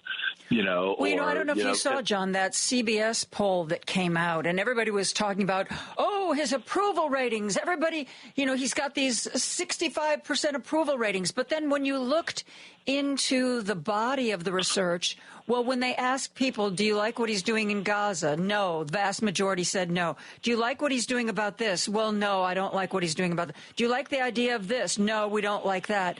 And so when you split it up into, well, here's what he's actually doing, the majority of people didn't like what he was doing. But when they said, well, how do you think he's doing as president? Oh, my God, he's doing great. I don't know what to do with that. Other than I think it's just the kind of his ability to project a sense of dominance and control. I mean, I think, he is clearly the dominant political figure in Washington. And I think that, short term buys you something in the polls. I mean, I don't think those numbers are going to persist very long. But it's like, he is the only, sort of the only player on the board. And so I think that partially explains it. And I guess that would go to a different point I would make. And I've been thinking about this, about, what the Democrats could do or should do. And I was thinking back in the day when Nancy Pelosi was the House Democratic leader. And this was even when she was the minority leader. So this is before the Democrats controlled the House for the first time. And so they're in the minority, didn't have much power. This was, during the Bush administration. And but still she was holding, the sort of quasi hearings, almost like you were saying with Clinton. I mean, there was press events every day, and they were, meeting policy experts. And there was just a sense of a party that was aggressively trying to assemble an agenda, was in the game, was playing hard. And I think it was just, I think it generated some ideas. But I think more than anything, I think it just sustained the base. It just gave people a sense that, okay, our team is out there battling. We're down, we're losing, but we're on the field. We're fighting back. We're pushing forward. And I know in our last conversation, I mean, one of the questions you asked me, and I didn't have a great answer for, is like, where are all the Democratic leaders? Where have they disappeared? This was right on the eve of inauguration. And I mean, the point I made is I thought you had mentioned that some people were critical of Harris, that she disappeared after the election.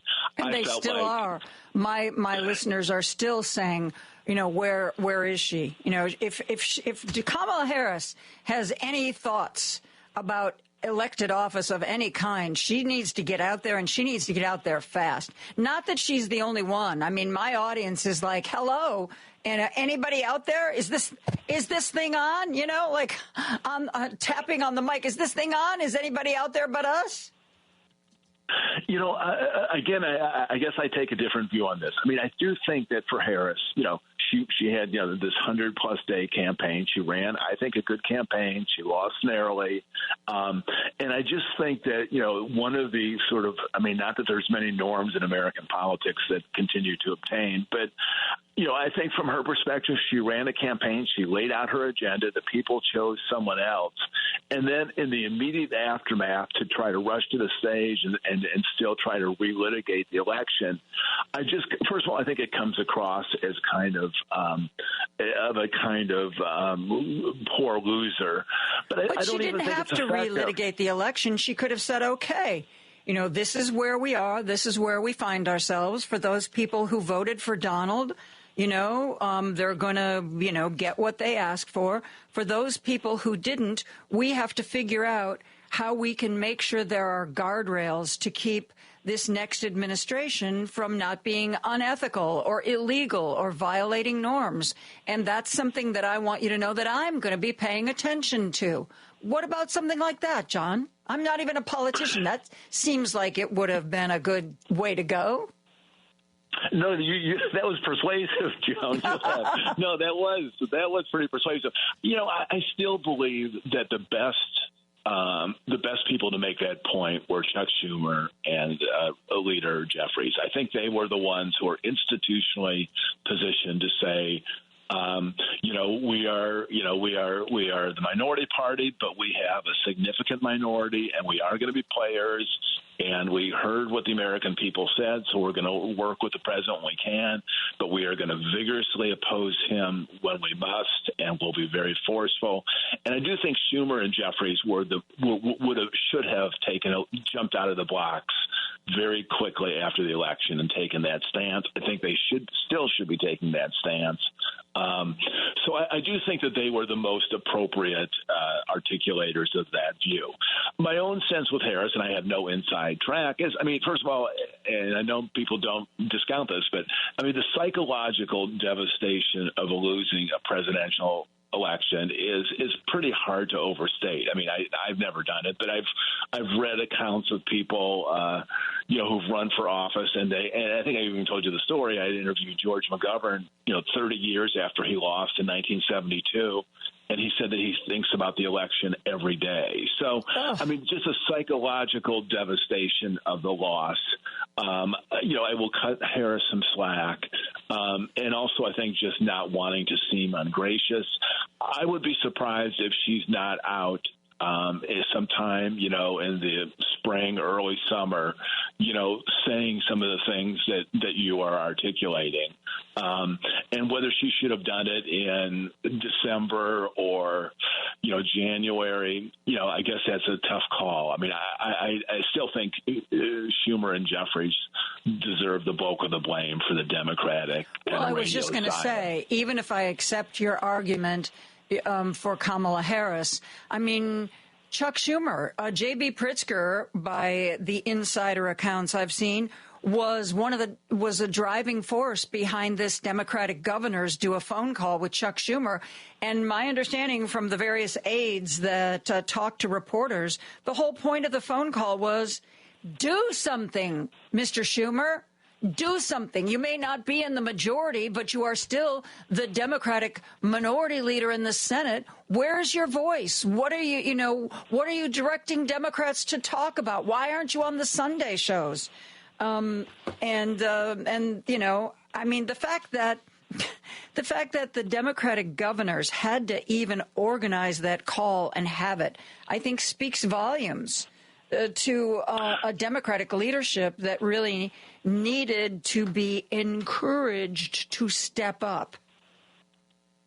I think that's a fair point. And I remember a week or so ago, I saw Rahm Emanuel on an interview, and he made the point, and it's a good one, that when President Obama took office in 2009, Democrats had the House and Senate, and their Senate majority was a substantial one. I think initially it was 59-41.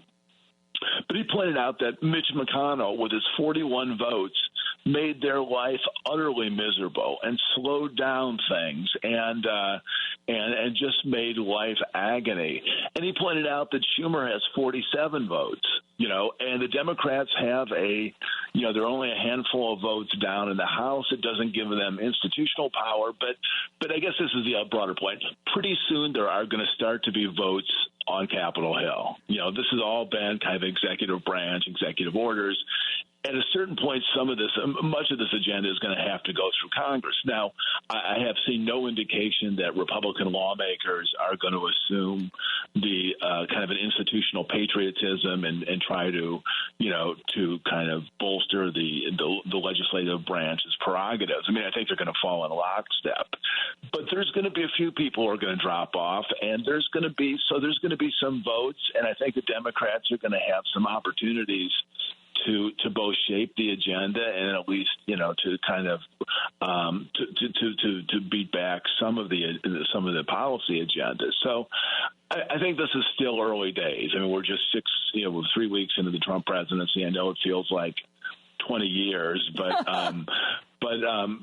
still, I think the game is the battle. I don't want to call it a game. The battle is going to shift to Capitol Hill pretty soon, and I think that there are going to be some opportunities there for Democrats to present an agenda and to offer some pretty withering responses to what the president is doing. Well, I agree, and I want to talk about at least one of the areas where Congress, the Democrats in Congress, could potentially cause some good trouble or have a voice, and that's with the upcoming budget negotiation. But we will talk about that when we come back after the news. I'm joined by John Shaw, director of the Paul Simon Public Policy Institute. That's part of Southern Illinois University at Carbondale. He and I are going to be talking about the Democrats will have their first opportunity to maybe wield some power when it comes to the budget negotiations. Because remember, kids, March 14th, I believe, is our next government shutdown date. We're going to talk to John about that. And a few minutes ago, he mentioned Rahm Emanuel. I would like to talk more about Chicago's former mayor, former Chicago congressperson, former Obama chief of staff, Rahm Emanuel, as well, when John Shaw and I come back after the news. We'll be back. You're the only voice of reason on the radio. You give me hope. Having listened to you every day. Thank you for your clear insight. Always felt a little bit smarter. I listen to you every single day. I keep coming back to this station, and thank you for what you do. On WCPT 820, Chicago's Progressive Talk. WCPT 820, Chicago's Progressive Talk, where facts matter. It's time for Joan Esposito. Live, local, and progressive. I want somebody who's passionate. I want somebody who can talk to people like a real person, who can make people feel things, who can make people want to follow them. It's time for Joan Esposito on WCPT 820, Chicago's Progressive Talk. John Shaw and I are going to continue our conversation. You know John. He's director of the Paul Simon Public Policy Institute. That's down at Southern Illinois University, Carbondale. And he made reference early in our conversation to bills that the Democrats might be able to have some influence over. And one of those is the budget bill. We have been, because Mike Johnson can't seem to stand up to Elon Musk, let alone Donald Trump. We keep doing, oh, yeah, we'll fund the government for 2 months, 3 months. Ooh, maybe we'll fund the government for, 4 months. But we can't seem to get the budget bill done once and for all. Last time, there was a negotiated agreement. Dems signed off of it. Republicans signed off of it. Whew, they were ready to vote on it.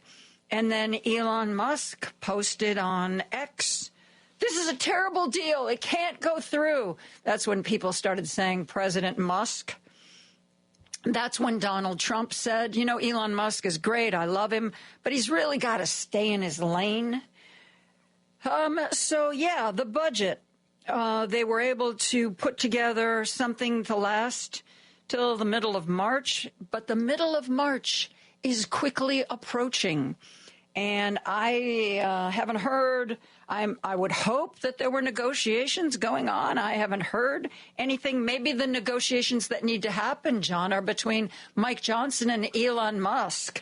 I don't know what it's going to take, but it would seem to me that would be one of the first opportunities for the Democrats in Congress to actually wield some power. What do you think? What do you see? Well, I don't know. And as someone who's covered budget negotiations for about 25 years when I was in D.C., they're very kind of curious things. I think at this point, the Democratic impulse, and I think the better strategy is to pull back a little bit. I mean, first of all, I don't think Republican leaders are inviting them into the negotiations, but ultimately to say to the Republicans, in effect, okay, pass a bill. I mean, pass a bill to fund the government. And the truth is the Republicans will not be able to pass a bill without some Democratic votes. But if you hold those votes in abeyance, it does give you some leverage. So, I mean, the fact is Republicans own D.C., and, it is their imperative to pass a budget to keep the government functioning. So it's not as if I think the Democrats' best strategy, at least initially, is to hold back a little bit and see what they come up with. If it's a package that they can't support, to vote against it, of course. But I don't know that in these coming weeks right now that they are going to be brought in to through the negotiations. And I think I think tactically the smarter thing is for the leadership to talk to their troops and say, we need to hold together on this, and let's just hold back. And again, I mean, that was something that Pelosi did masterfully. I mean, she totally understood it when she was the minority leader on 2 occasions. You know, she was saying, you know, we have to hold together on this and force the Republicans to pass the bill on their own. They will not be able to do that if passed as prologue, and so they will come to us, and we will have, we will have some real points of leverage if when we enter this process at the right time. So that's broadly how I think it's unfolding. I'm sure that there are staff level talks going forward, but I mean, there's so many other things flying around. I don't know that the leaders I don't know to what extent they have really kind of honed in on it to pull it together. Do you think Mike Johnson or someone in Republican leadership has said to somebody like Elon, and it just I can't believe I'm even saying this, somebody who's unelected and has no official title really that means anything, but is somebody saying to him, hey, you really didn't like our last budget, and we would really like to pass a budget, so why don't you weigh in on what should be in the budget? I mean, it's that to me would be absolutely galling for somebody who was elected to Congress to have to go hat in hand to some lunatic billionaire and say, well, this was what I was elected to do, but, I can't do it without your support. So what do you want? I mean, is that what Republicans are going to have to do? I mean, I think I would be wary of that because, first of all, Musk is obviously his whole sort of thing is disruption. And he has no experience in the federal budget. He doesn't understand it. And I mean, if I were a Republican leader, whether it's John Thune or Mike Johnson, I mean, I would want to, to some extent humor Musk, but I also say, well, why don't you go on to your long-term project to reinvent government and just kind of stay out of our way and so we can pass this bill, because I think his Musk's involvement can only be disruptive and well, you see that and I see that, but wouldn't Elon Musk tell us, John, that's the point. I'm a disruptor, and when I'm going to disrupt things, they will come back together in a shape that is just so much better. I think he'd be proud of it, not trying to avoid it, John. No, but this is I guess my fundamental takeaway, and I think that the Trump years will be interesting in one respect, which is that the American people when they voted for Trump, they clearly voted for disruption. And everyone, not everyone, lots of people like disruption in the abstract. I have met very, very few people in the real world who like disruption in their daily lives. I mean, we all like our routines, we like our certainties. And so when, you hear people and the Trump message resonates more down in this part of the state than in most other. But I mean, there is a lot of support for Trump in the sense of, let him go in there and blow the thing up. And sure, that sounds great from the abstract, but then when when your farm payments get delayed and Social Security payments don't get paid and so forth, it changes. So, I mean, I think that, and I do also think, you were talking about Trump's approval. If the government is shut down for a prolonged period of time starting in March, I will predict, particularly since Republicans have the White House and both chambers of Congress, that Trump's approval numbers will plummet in a way that he will find pretty alarming. So I think that at some point his base, even though we've been saying they like his anger, and so forth, they're going to want, I would think, and I say this with a little caution, basic competence, some sense of just a functioning government. They've been able to tolerate dysfunction so far more than I would have expected, but I don't know that's impinged in people's daily lives too much. So I do think a government shutdown would be damaging to the Republicans in a significant way. And I think just this whole aura of Trump, in charge would start to dissolve, and this sense of Republicans, driving the agenda would get undermined as well. So I don't think it's in the Republicans' long-term interest to have a government shutdown. And I think the Democrats, I think as a tactical maneuver, I think they should just pull back and say, go for it. Pass your budget bill and see what happens. I don't think they have an alternative, so I think that's what they should effectively say. It's incumbent upon them to keep the government going. And one other point I'll make real quickly, Joan, I saw on some of the talk shows, Democrats talking about, we're going to shut the government down. That's the wrong message. Don't you be, the Republicans are in charge of Washington. It's their job to pass the budget.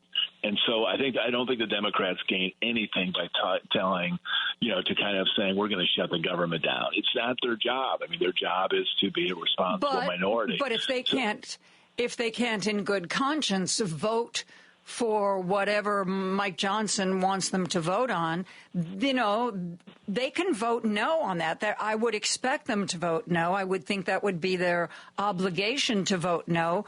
And it doesn't mean that they are actively trying to shut the government down. It just means that they're exercising what power they have to try to get a budget that doesn't cause a lot of pain for people. Wouldn't that be all right? 100%. I agree with that. Yeah. So that's what I'm just saying in terms of messaging. It's like, no, I'm not going to vote for a budget bill that is not, does not take care of my people or sustain our country. I'm going to exercise responsibility and oppose bad bills, but I am not shutting the government down. I think it's just sort of a messaging issue that they need to just drop any kind of reference to that. I think it's their constitutional responsibility if the package that's put before them does not meet the needs of the country to vote against it, and the majority party, it's their responsibility to pass a budget that funds the government. The other thing, we need to take a break. I'm talking with John Shaw, director of the Paul Simon Public Policy Institute. We'll be right back after this. If you've missed any of today's show, you can listen on Spotify, Apple Podcasts, TuneIn, iHeartRadio, YouTube, Amazon, or HeartlandSignal.com. Just search for Joan Esposito, live, local, and progressive. The family meeting. You got two old white dudes. You have one that cares about the country and another one that doesn't. Yeah, but he's so damn old. You know what? But it's what we have. I get it. It's not the lesser of two evils for me. It's not two evils. I agree with you. It's only one evil. I agree with you there. Sundays 4 to 6 p.m., The Family Meeting. This is WCPT 820, where facts matter. Now back to Joan Esposito, live, local, and progressive. I wouldn't trust anybody else. On WCPT 820. And I'm joined by John Shaw, who is the director of the Paul Simon Public Policy Institute. And before I let you go, John, I want to talk about Rahm Emanuel. He has had many jobs. He said that he is not finished with public service, whether that means running again for elected office or doing something with a NGO. He was most recently ambassador to Japan, where, according to an article in the Wall Street Journal, after he'd been there for, 6 or 8 months, the Wall Street Journal did this article that was basically, well, they're getting used to his rather brash, abrupt style, but they like him because, he was forging all these partnerships with American universities, and basically he was bringing economic benefit their way, and that kind of softened the fact that maybe he was, in their estimation, a little rough around the edges. My feeling is, I think one of the things that he is probably privately talking to people about is there's the possibility that Dick Durbin is going to make the announcement this summer that he is not going to run for re-election, and then we're going to see a lot of people throwing their hat in the ring. Possibly Rahm Emanuel might be one of those people. I want a two-part question, John. I want you to tell me what you think about Rahm and his future. Well, you know what? Let's just start with that part of the question first. What do you think about Rahm and his political future? Well, I think he's a huge talent. He's abrasive. He's confrontational, combative. I mean, I think actually the single most effective role that I've seen him in was when he was Nancy Pelosi picked him out to run the House Democratic Campaign Committee in 2006, and they won control of the House. And it was a masterful campaign. I mean, he was tough as nails. He was strategic. He was tactical. He could speak, in a public forum. I mean, it was just like he was totally in his element. He was just, and I think he's a good manager. I think he runs things well. I think he has a pretty good sense of messaging. But he also has a kind of a sort of rough aspect that is, rubs some people the wrong way. Frankly, I don't see him in the U.S. Senate. I just don't see. First of all, I don't think he has the patience to do the sort of the work of a senator. I mean, it's the chamber is so slow moving and so reactive. I just don't think that would be the best use of his skill set. I mean, I would think, not that this is open. I mean, I would see him much more easily as a governor or a mayor, as an executive, than as a senator. I mean, he was an effective House member. I would acknowledge that. Although I think, as I said, I think his most effective role in the House was effectively sort of an executive role in running this campaign. So I don't know what his future is. I mean, he's a very, very competent, very hard-driving person. I've seen him on a couple talk shows describing the state of affairs in the Democratic Party. I think he's very blunt. I think he's very clear-eyed. So I think he's an important part of the future of the Democratic Party, but I think he needs to find the right role. And I'm skeptical that the Senate is the best role for him. Well, I mean, he's been the White House chief of staff. He's been a congressman. He's been Chicago's mayor. What's next? He's been the ambassador to Japan. So kind of where do you go from there? My feeling, I think that while he could definitely attract a lot of votes, maybe for some national office, I don't think if he runs for Senate, he is going to get that seat, because I think there is still a huge amount of ill will over the fact that he sat on the Laquan McDonald video for as long as he did so that he could get through his reelection. And then when it finally came to light, he wasn't even honest about it. I mean, this guy who micromanaged every department, he wanted us to believe that this tape had existed for more than a year, and he hadn't heard of it, and he hadn't seen it. And then he threw Gary McCarthy, the police chief at the time, under the bus. And Gary McCarthy was very, very unhappy about that. I think that there's a lot of ill will that would resurface if he tried to run for anything in the state of Illinois. What do you think? I think that's probably right. One role, and I guess this is sort of reflects my own, maybe the world that I inhabit, I think he would be a very, very interesting university president. He would be obviously a disruptor, but I mean, in terms of just being smart and strategic, and again, blending the kind of strategy and tactics, fundraising. I mean, I think he would be, there's a number of public universities in Illinois that are really struggling, and I could see him in that role. But don't you think if it's Rahm, come on, he's not going to do a university in Illinois. It would have to be a very prestigious university for Rahm to take over the leadership. Come on.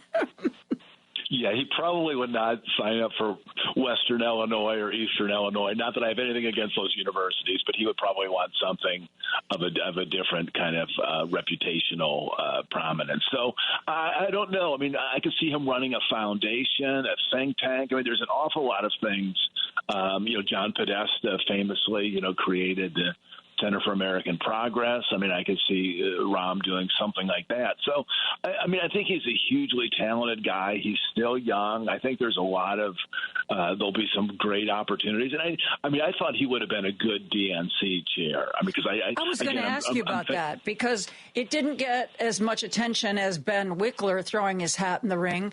But Rahm did say that was a job he'd be interested in.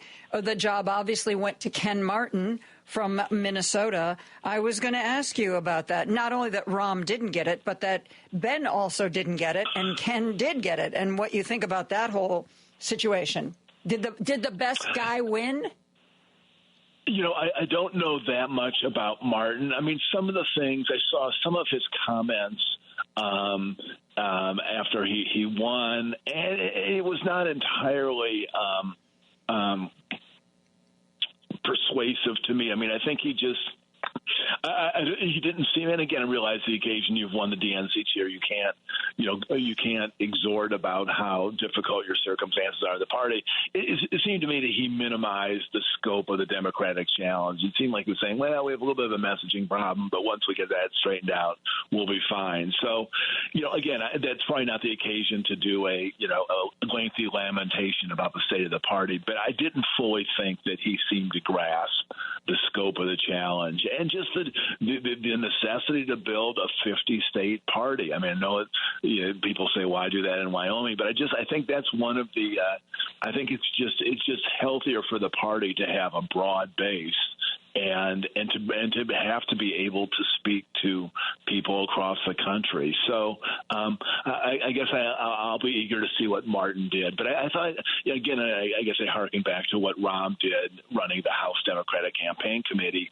And these jobs require so many different skill sets, which he has. I just think that would have been, to me, that would have been a natural slot for him. Again, I'm sure there was politics. I'm sure he's rubbed a lot of people the wrong way, and this may not have been the right moment for it. But a job like that, I think he would be really quite good at. The head of the DNC has always been a fundraising job, first and foremost. But people are starting to talk about that job like it's going to be more than that, or that it should be more than that, and that the head of the DNC should also be, setting an agenda and making things happen. Do you think the job needs to be bigger than just fundraising? I do. I think that they, and I was talking to someone who was very active in Democratic circles after Reagan won in 1980, and he was telling me about just a really kind of a very creative period of time, about 2 years, and it was done. I mean, this is going to sound a little bit off point, but largely done kind of under the kind of benevolent, watchful eyes of Pamela Harriman.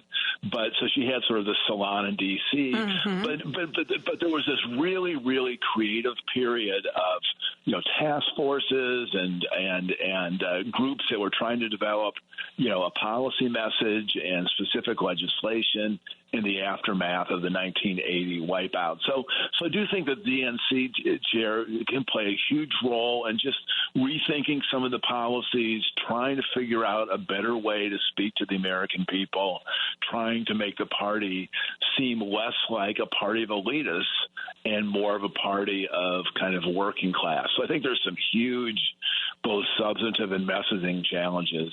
And so I think that the DNC chair shouldn't be a clerk, or a fundraiser. They have a much broader challenge that I think they face. Well, God knows that the Democratic Party needs some sort of overhaul, needs some sort of help. Let's hope that Ken Martin is the guy we can all count on to put us back on the map. By all accounts, he took what was a reddish-purple Minnesota and got a lot of Democrats to run for office and got a lot of them elected. So let's cross our fingers, John, and wait and see how this all shakes out. It will be interesting to watch, for sure. Yes, it will be. John Shaw, director of the Paul Simon Public Policy Institute, thank you for being here. We are going to take a break. We're going to be back with more after this. This is Chicago's Progressive Talk, 820 AM, WCPT Willow Springs, and online at WCPT820.com, where facts matter. Don't turn that dial. Joan Esposito, live, local, and progressive, returns right now. A fair balance where the facts come out. On WCPT 820. It is Tuesday, and every Tuesday we are joined by Heartland Signal reporter Rich Eberwein. Heartland Signal, of course, the digital sister or cousin to WCPT Radio. They are our digital arm, and you should be checking them out because they do a lot of good work when it comes to politics. Rich comes here every Tuesday to bring us 3 stories from Heartland Signal that we might not have otherwise seen. Rich, how are you today? I'm doing well today, Joan. Thanks for having me today.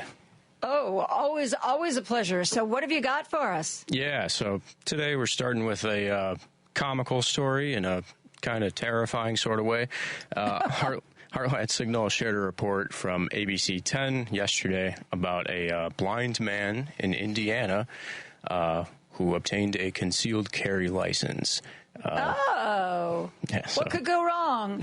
And tell me more. This man was he did it in protest of the extremely laxed gun laws in the Hoosier State. And he claimed multiple people in the application process were aware of his condition and did not stop him from getting the concealed carry license anyway. And we have a clip from ABC 10 San Diego's report on this story that we shared on Heartland Signal's socials yesterday. Terry Sutherland was using his white cane when he came to the city-county building in Indianapolis to get fingerprinted for the permit. He says he also spoke with several people who knew he was blind. But despite that, he was still issued a concealed carry permit without an issue. Sutherland has no intention of using a gun. He says he went through the process to highlight the need for common sense gun laws. He says he sent letters to state lawmakers, and he has not yet heard back. And I bet you he won't hear back, Rich, because the people who believe that everybody should have a gun, I don't think that they're going to be upset by this. I don't know. Maybe I'm wrong. What do you think? Yeah, Indiana lawmakers seem preoccupied with introducing bills to annex parts of Illinois right now. Gun legislation is not a very high priority for any Republicans these days, but, the story was initially reported by an Indianapolis news station called WISH-TV, and Sutherland also told them that he expected someone to stop him during the application process. And he also said, interestingly, he doesn't think that every blind person should be prohibited from obtaining a gun, but that proving one can shoot at a target accurately or even handle a gun with competence should be a bare minimum in the process, which clearly was not the case during his experience. And so, as he proved, a blind person under current law in Indiana can theoretically obtain a gun and carry a firearm without ever holding or shooting a gun before. So as far as you know, there's been no official response? There has not been. And under current law, Indiana also currently has no universal background checks, no waiting period, no license requirements to purchase a gun, and they don't need to be registered either. So there's a list of prohibited people who are not allowed to enjoy Indiana's permitless carry, but clearly that list does not include people who can't see where they're even pointing the weapon. Yeah. You got to love Indiana. There's a part of me, Rich, that would be willing to let what are the areas in southern Illinois that say they don't want to be a part of Illinois anymore. First, they wanted to be on their own, and most recently they've decided that they would be happy to be part of Indiana. There's a part of me that wants to say, you know what? You go do that. Because downstate Illinois frequently talks about how much they hate Chicago and northern Illinois, and yet when our tax dollars go to Springfield, they get subsidized by Chicago and Northern Illinois. So you know what? I think that if they ever were allowed to become a part of Indiana, it would be a rude awakening. Wait a minute. What do you mean these programs are going to be cut, that there's no money? Well, yeah, because we're Indiana and we don't have very much money. And, you know, you've cut ties with Chicago, so they're not going to give you money anymore. So what did you think was going to happen? I don't know. What do you mean the sheriff is blind? No.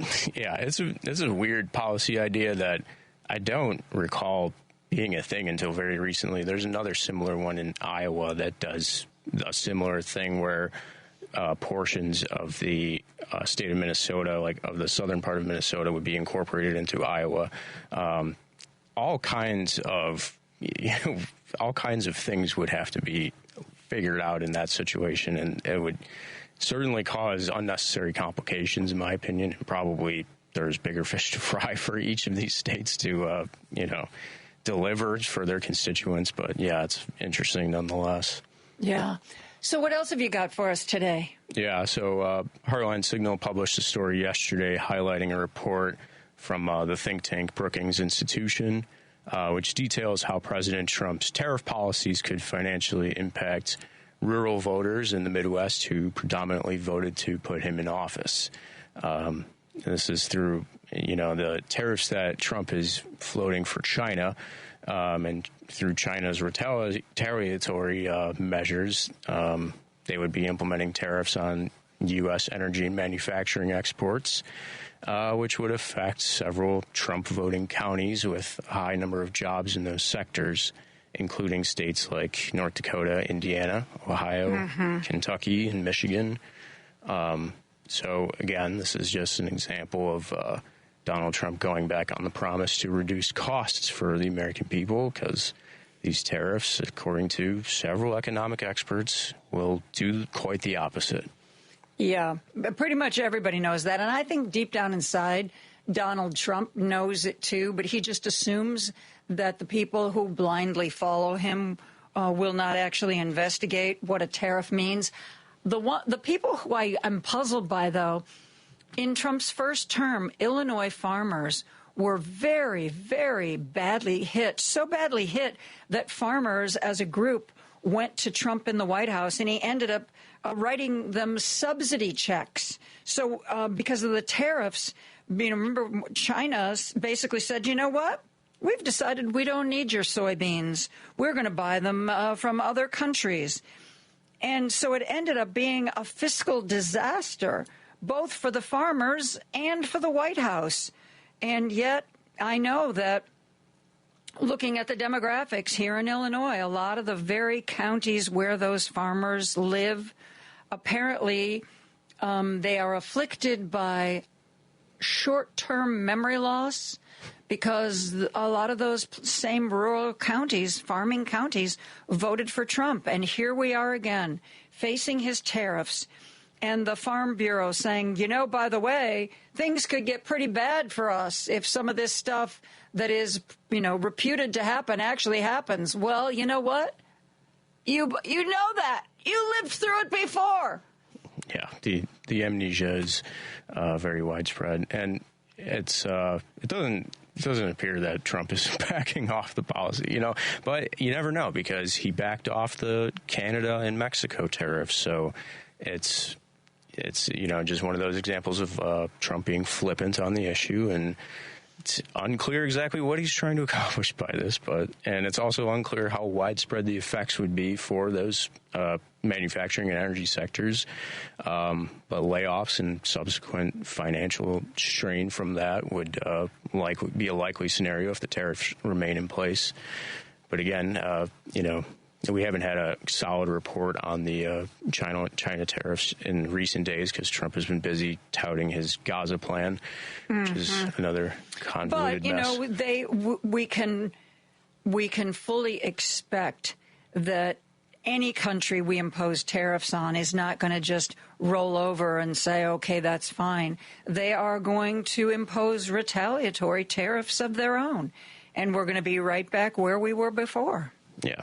So definitely worth keeping an eye on, and we'll see. Hopefully. Apparently, we need to learn this lesson a second time. Yeah, unfortunately.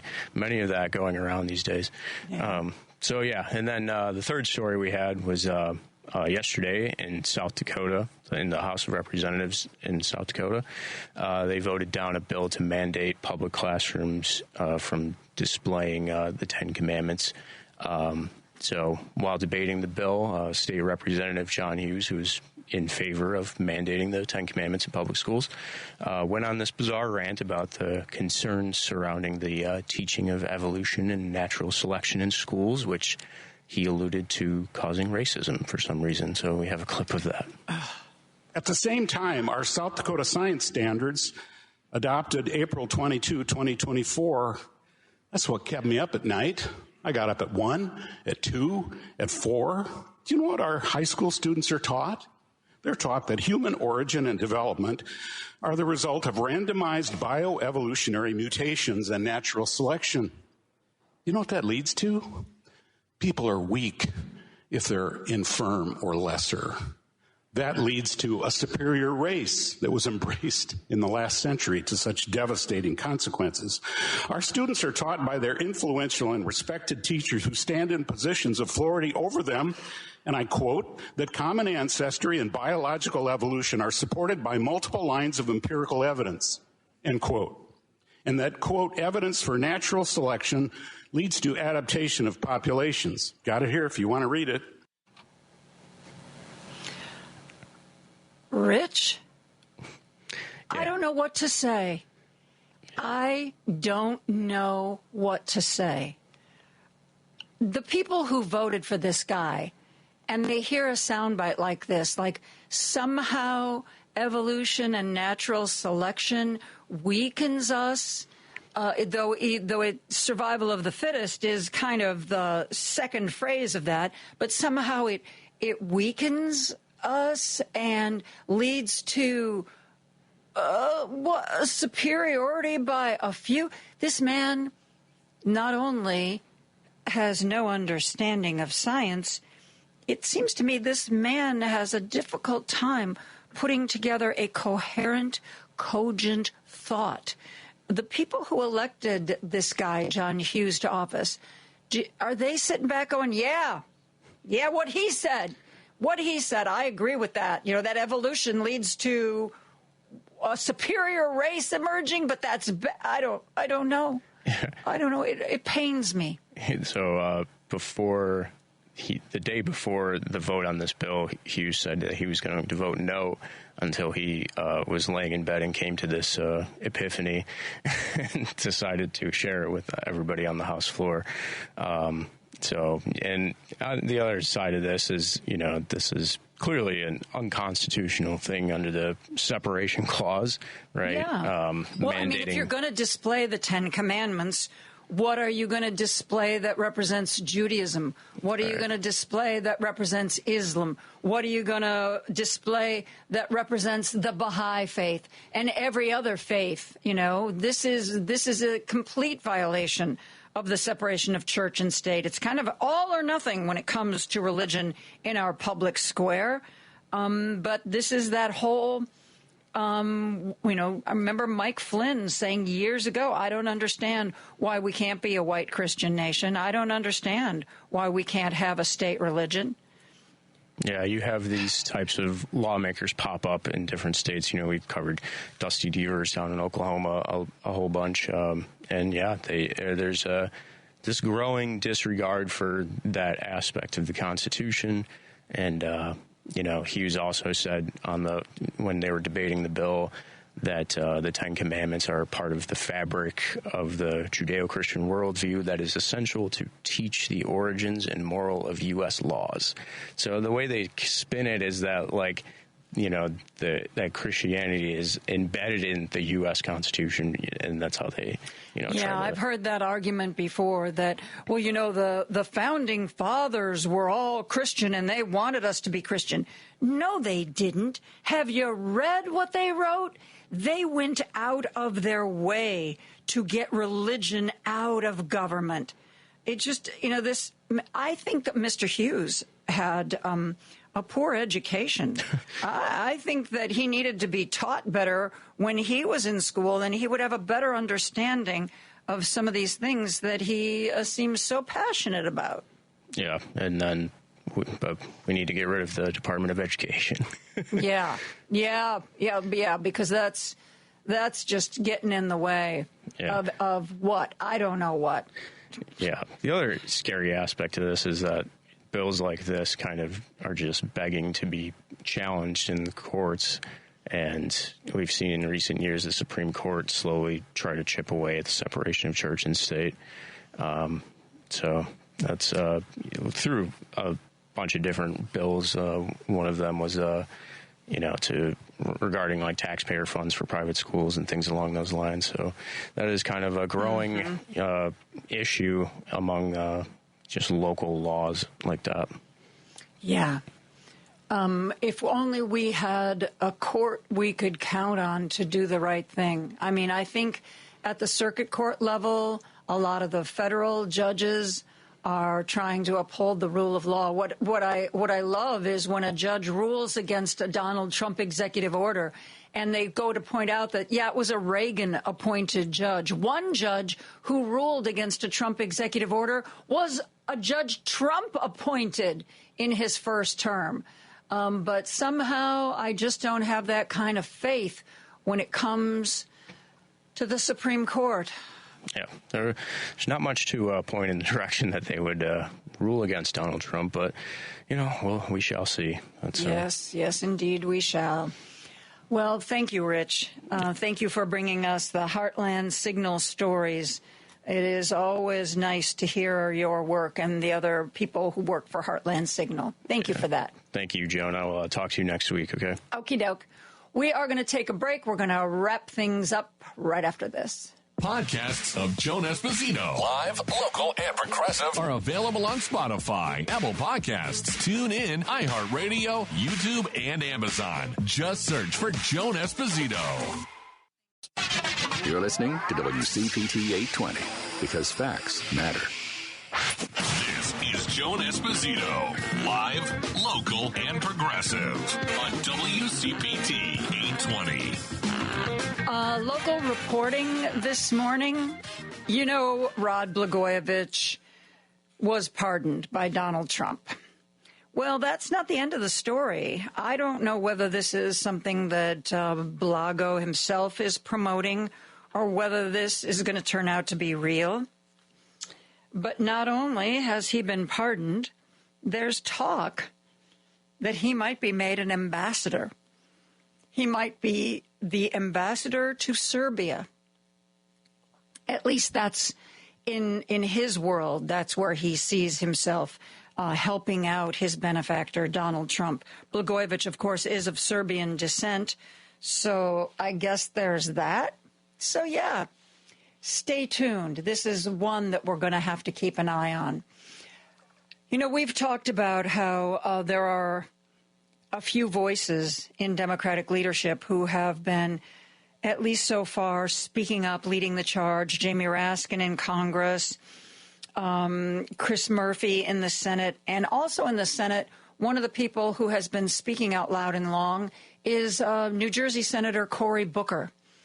And he gave an interview recently where he talked about, let's face it, our country is at stake here. Our country, that when people say this is a constitutional crisis, that's what they're talking about.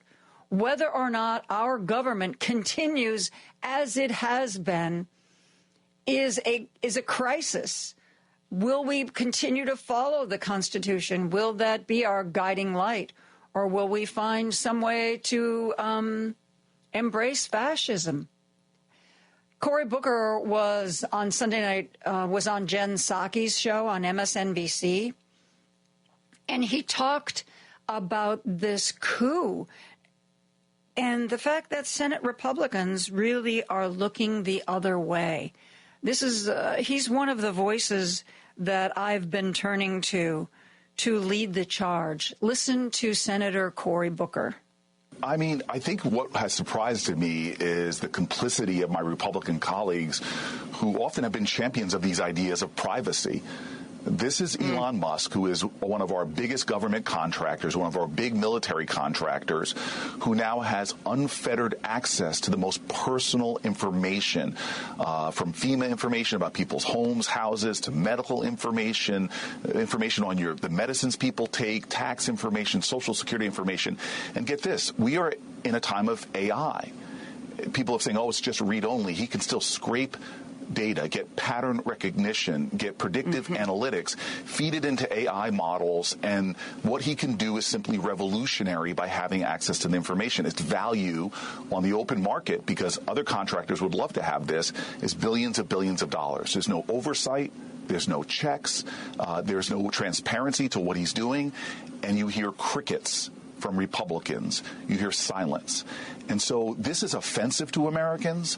This is violative of values we hold sacrosanct, like our private personal information should not be for a very conflicted contractor. So this is one of these things that to me is astonishing. And we're going to continue to fight him in court because I think he is violating privacy, violating the law by having access to this kind of sensitive data. And it's something that we all as Americans should be shouting down and stopping. You just mentioned the fight in the courts, and there has been certainly some successes in pushing back on Musk in the courts. Over the weekend there has been a couple of actions, but he tweeted last night or retweeted a message last night suggesting he should defy court orders. The Democrats, you've been very vocal, but the Democrats are in the minority in the Senate. You mentioned the Republicans have been quiet like crickets. What happens if he defies it? Well, then we really do have a constitutional crisis. It's where our separations of powers, our checks and balances, that he starts more and more, we're seeing this, wanting to be autocratic or dictatorial. We see this in other countries when a executive power starts to overreach their authority, and he is, by the way, doing things that are spelled out as Congress's duties. And then when the courts stop him, how we've settled things from the Reagan administration to the Obama administration, to defy court orders brings about a constitutional crisis.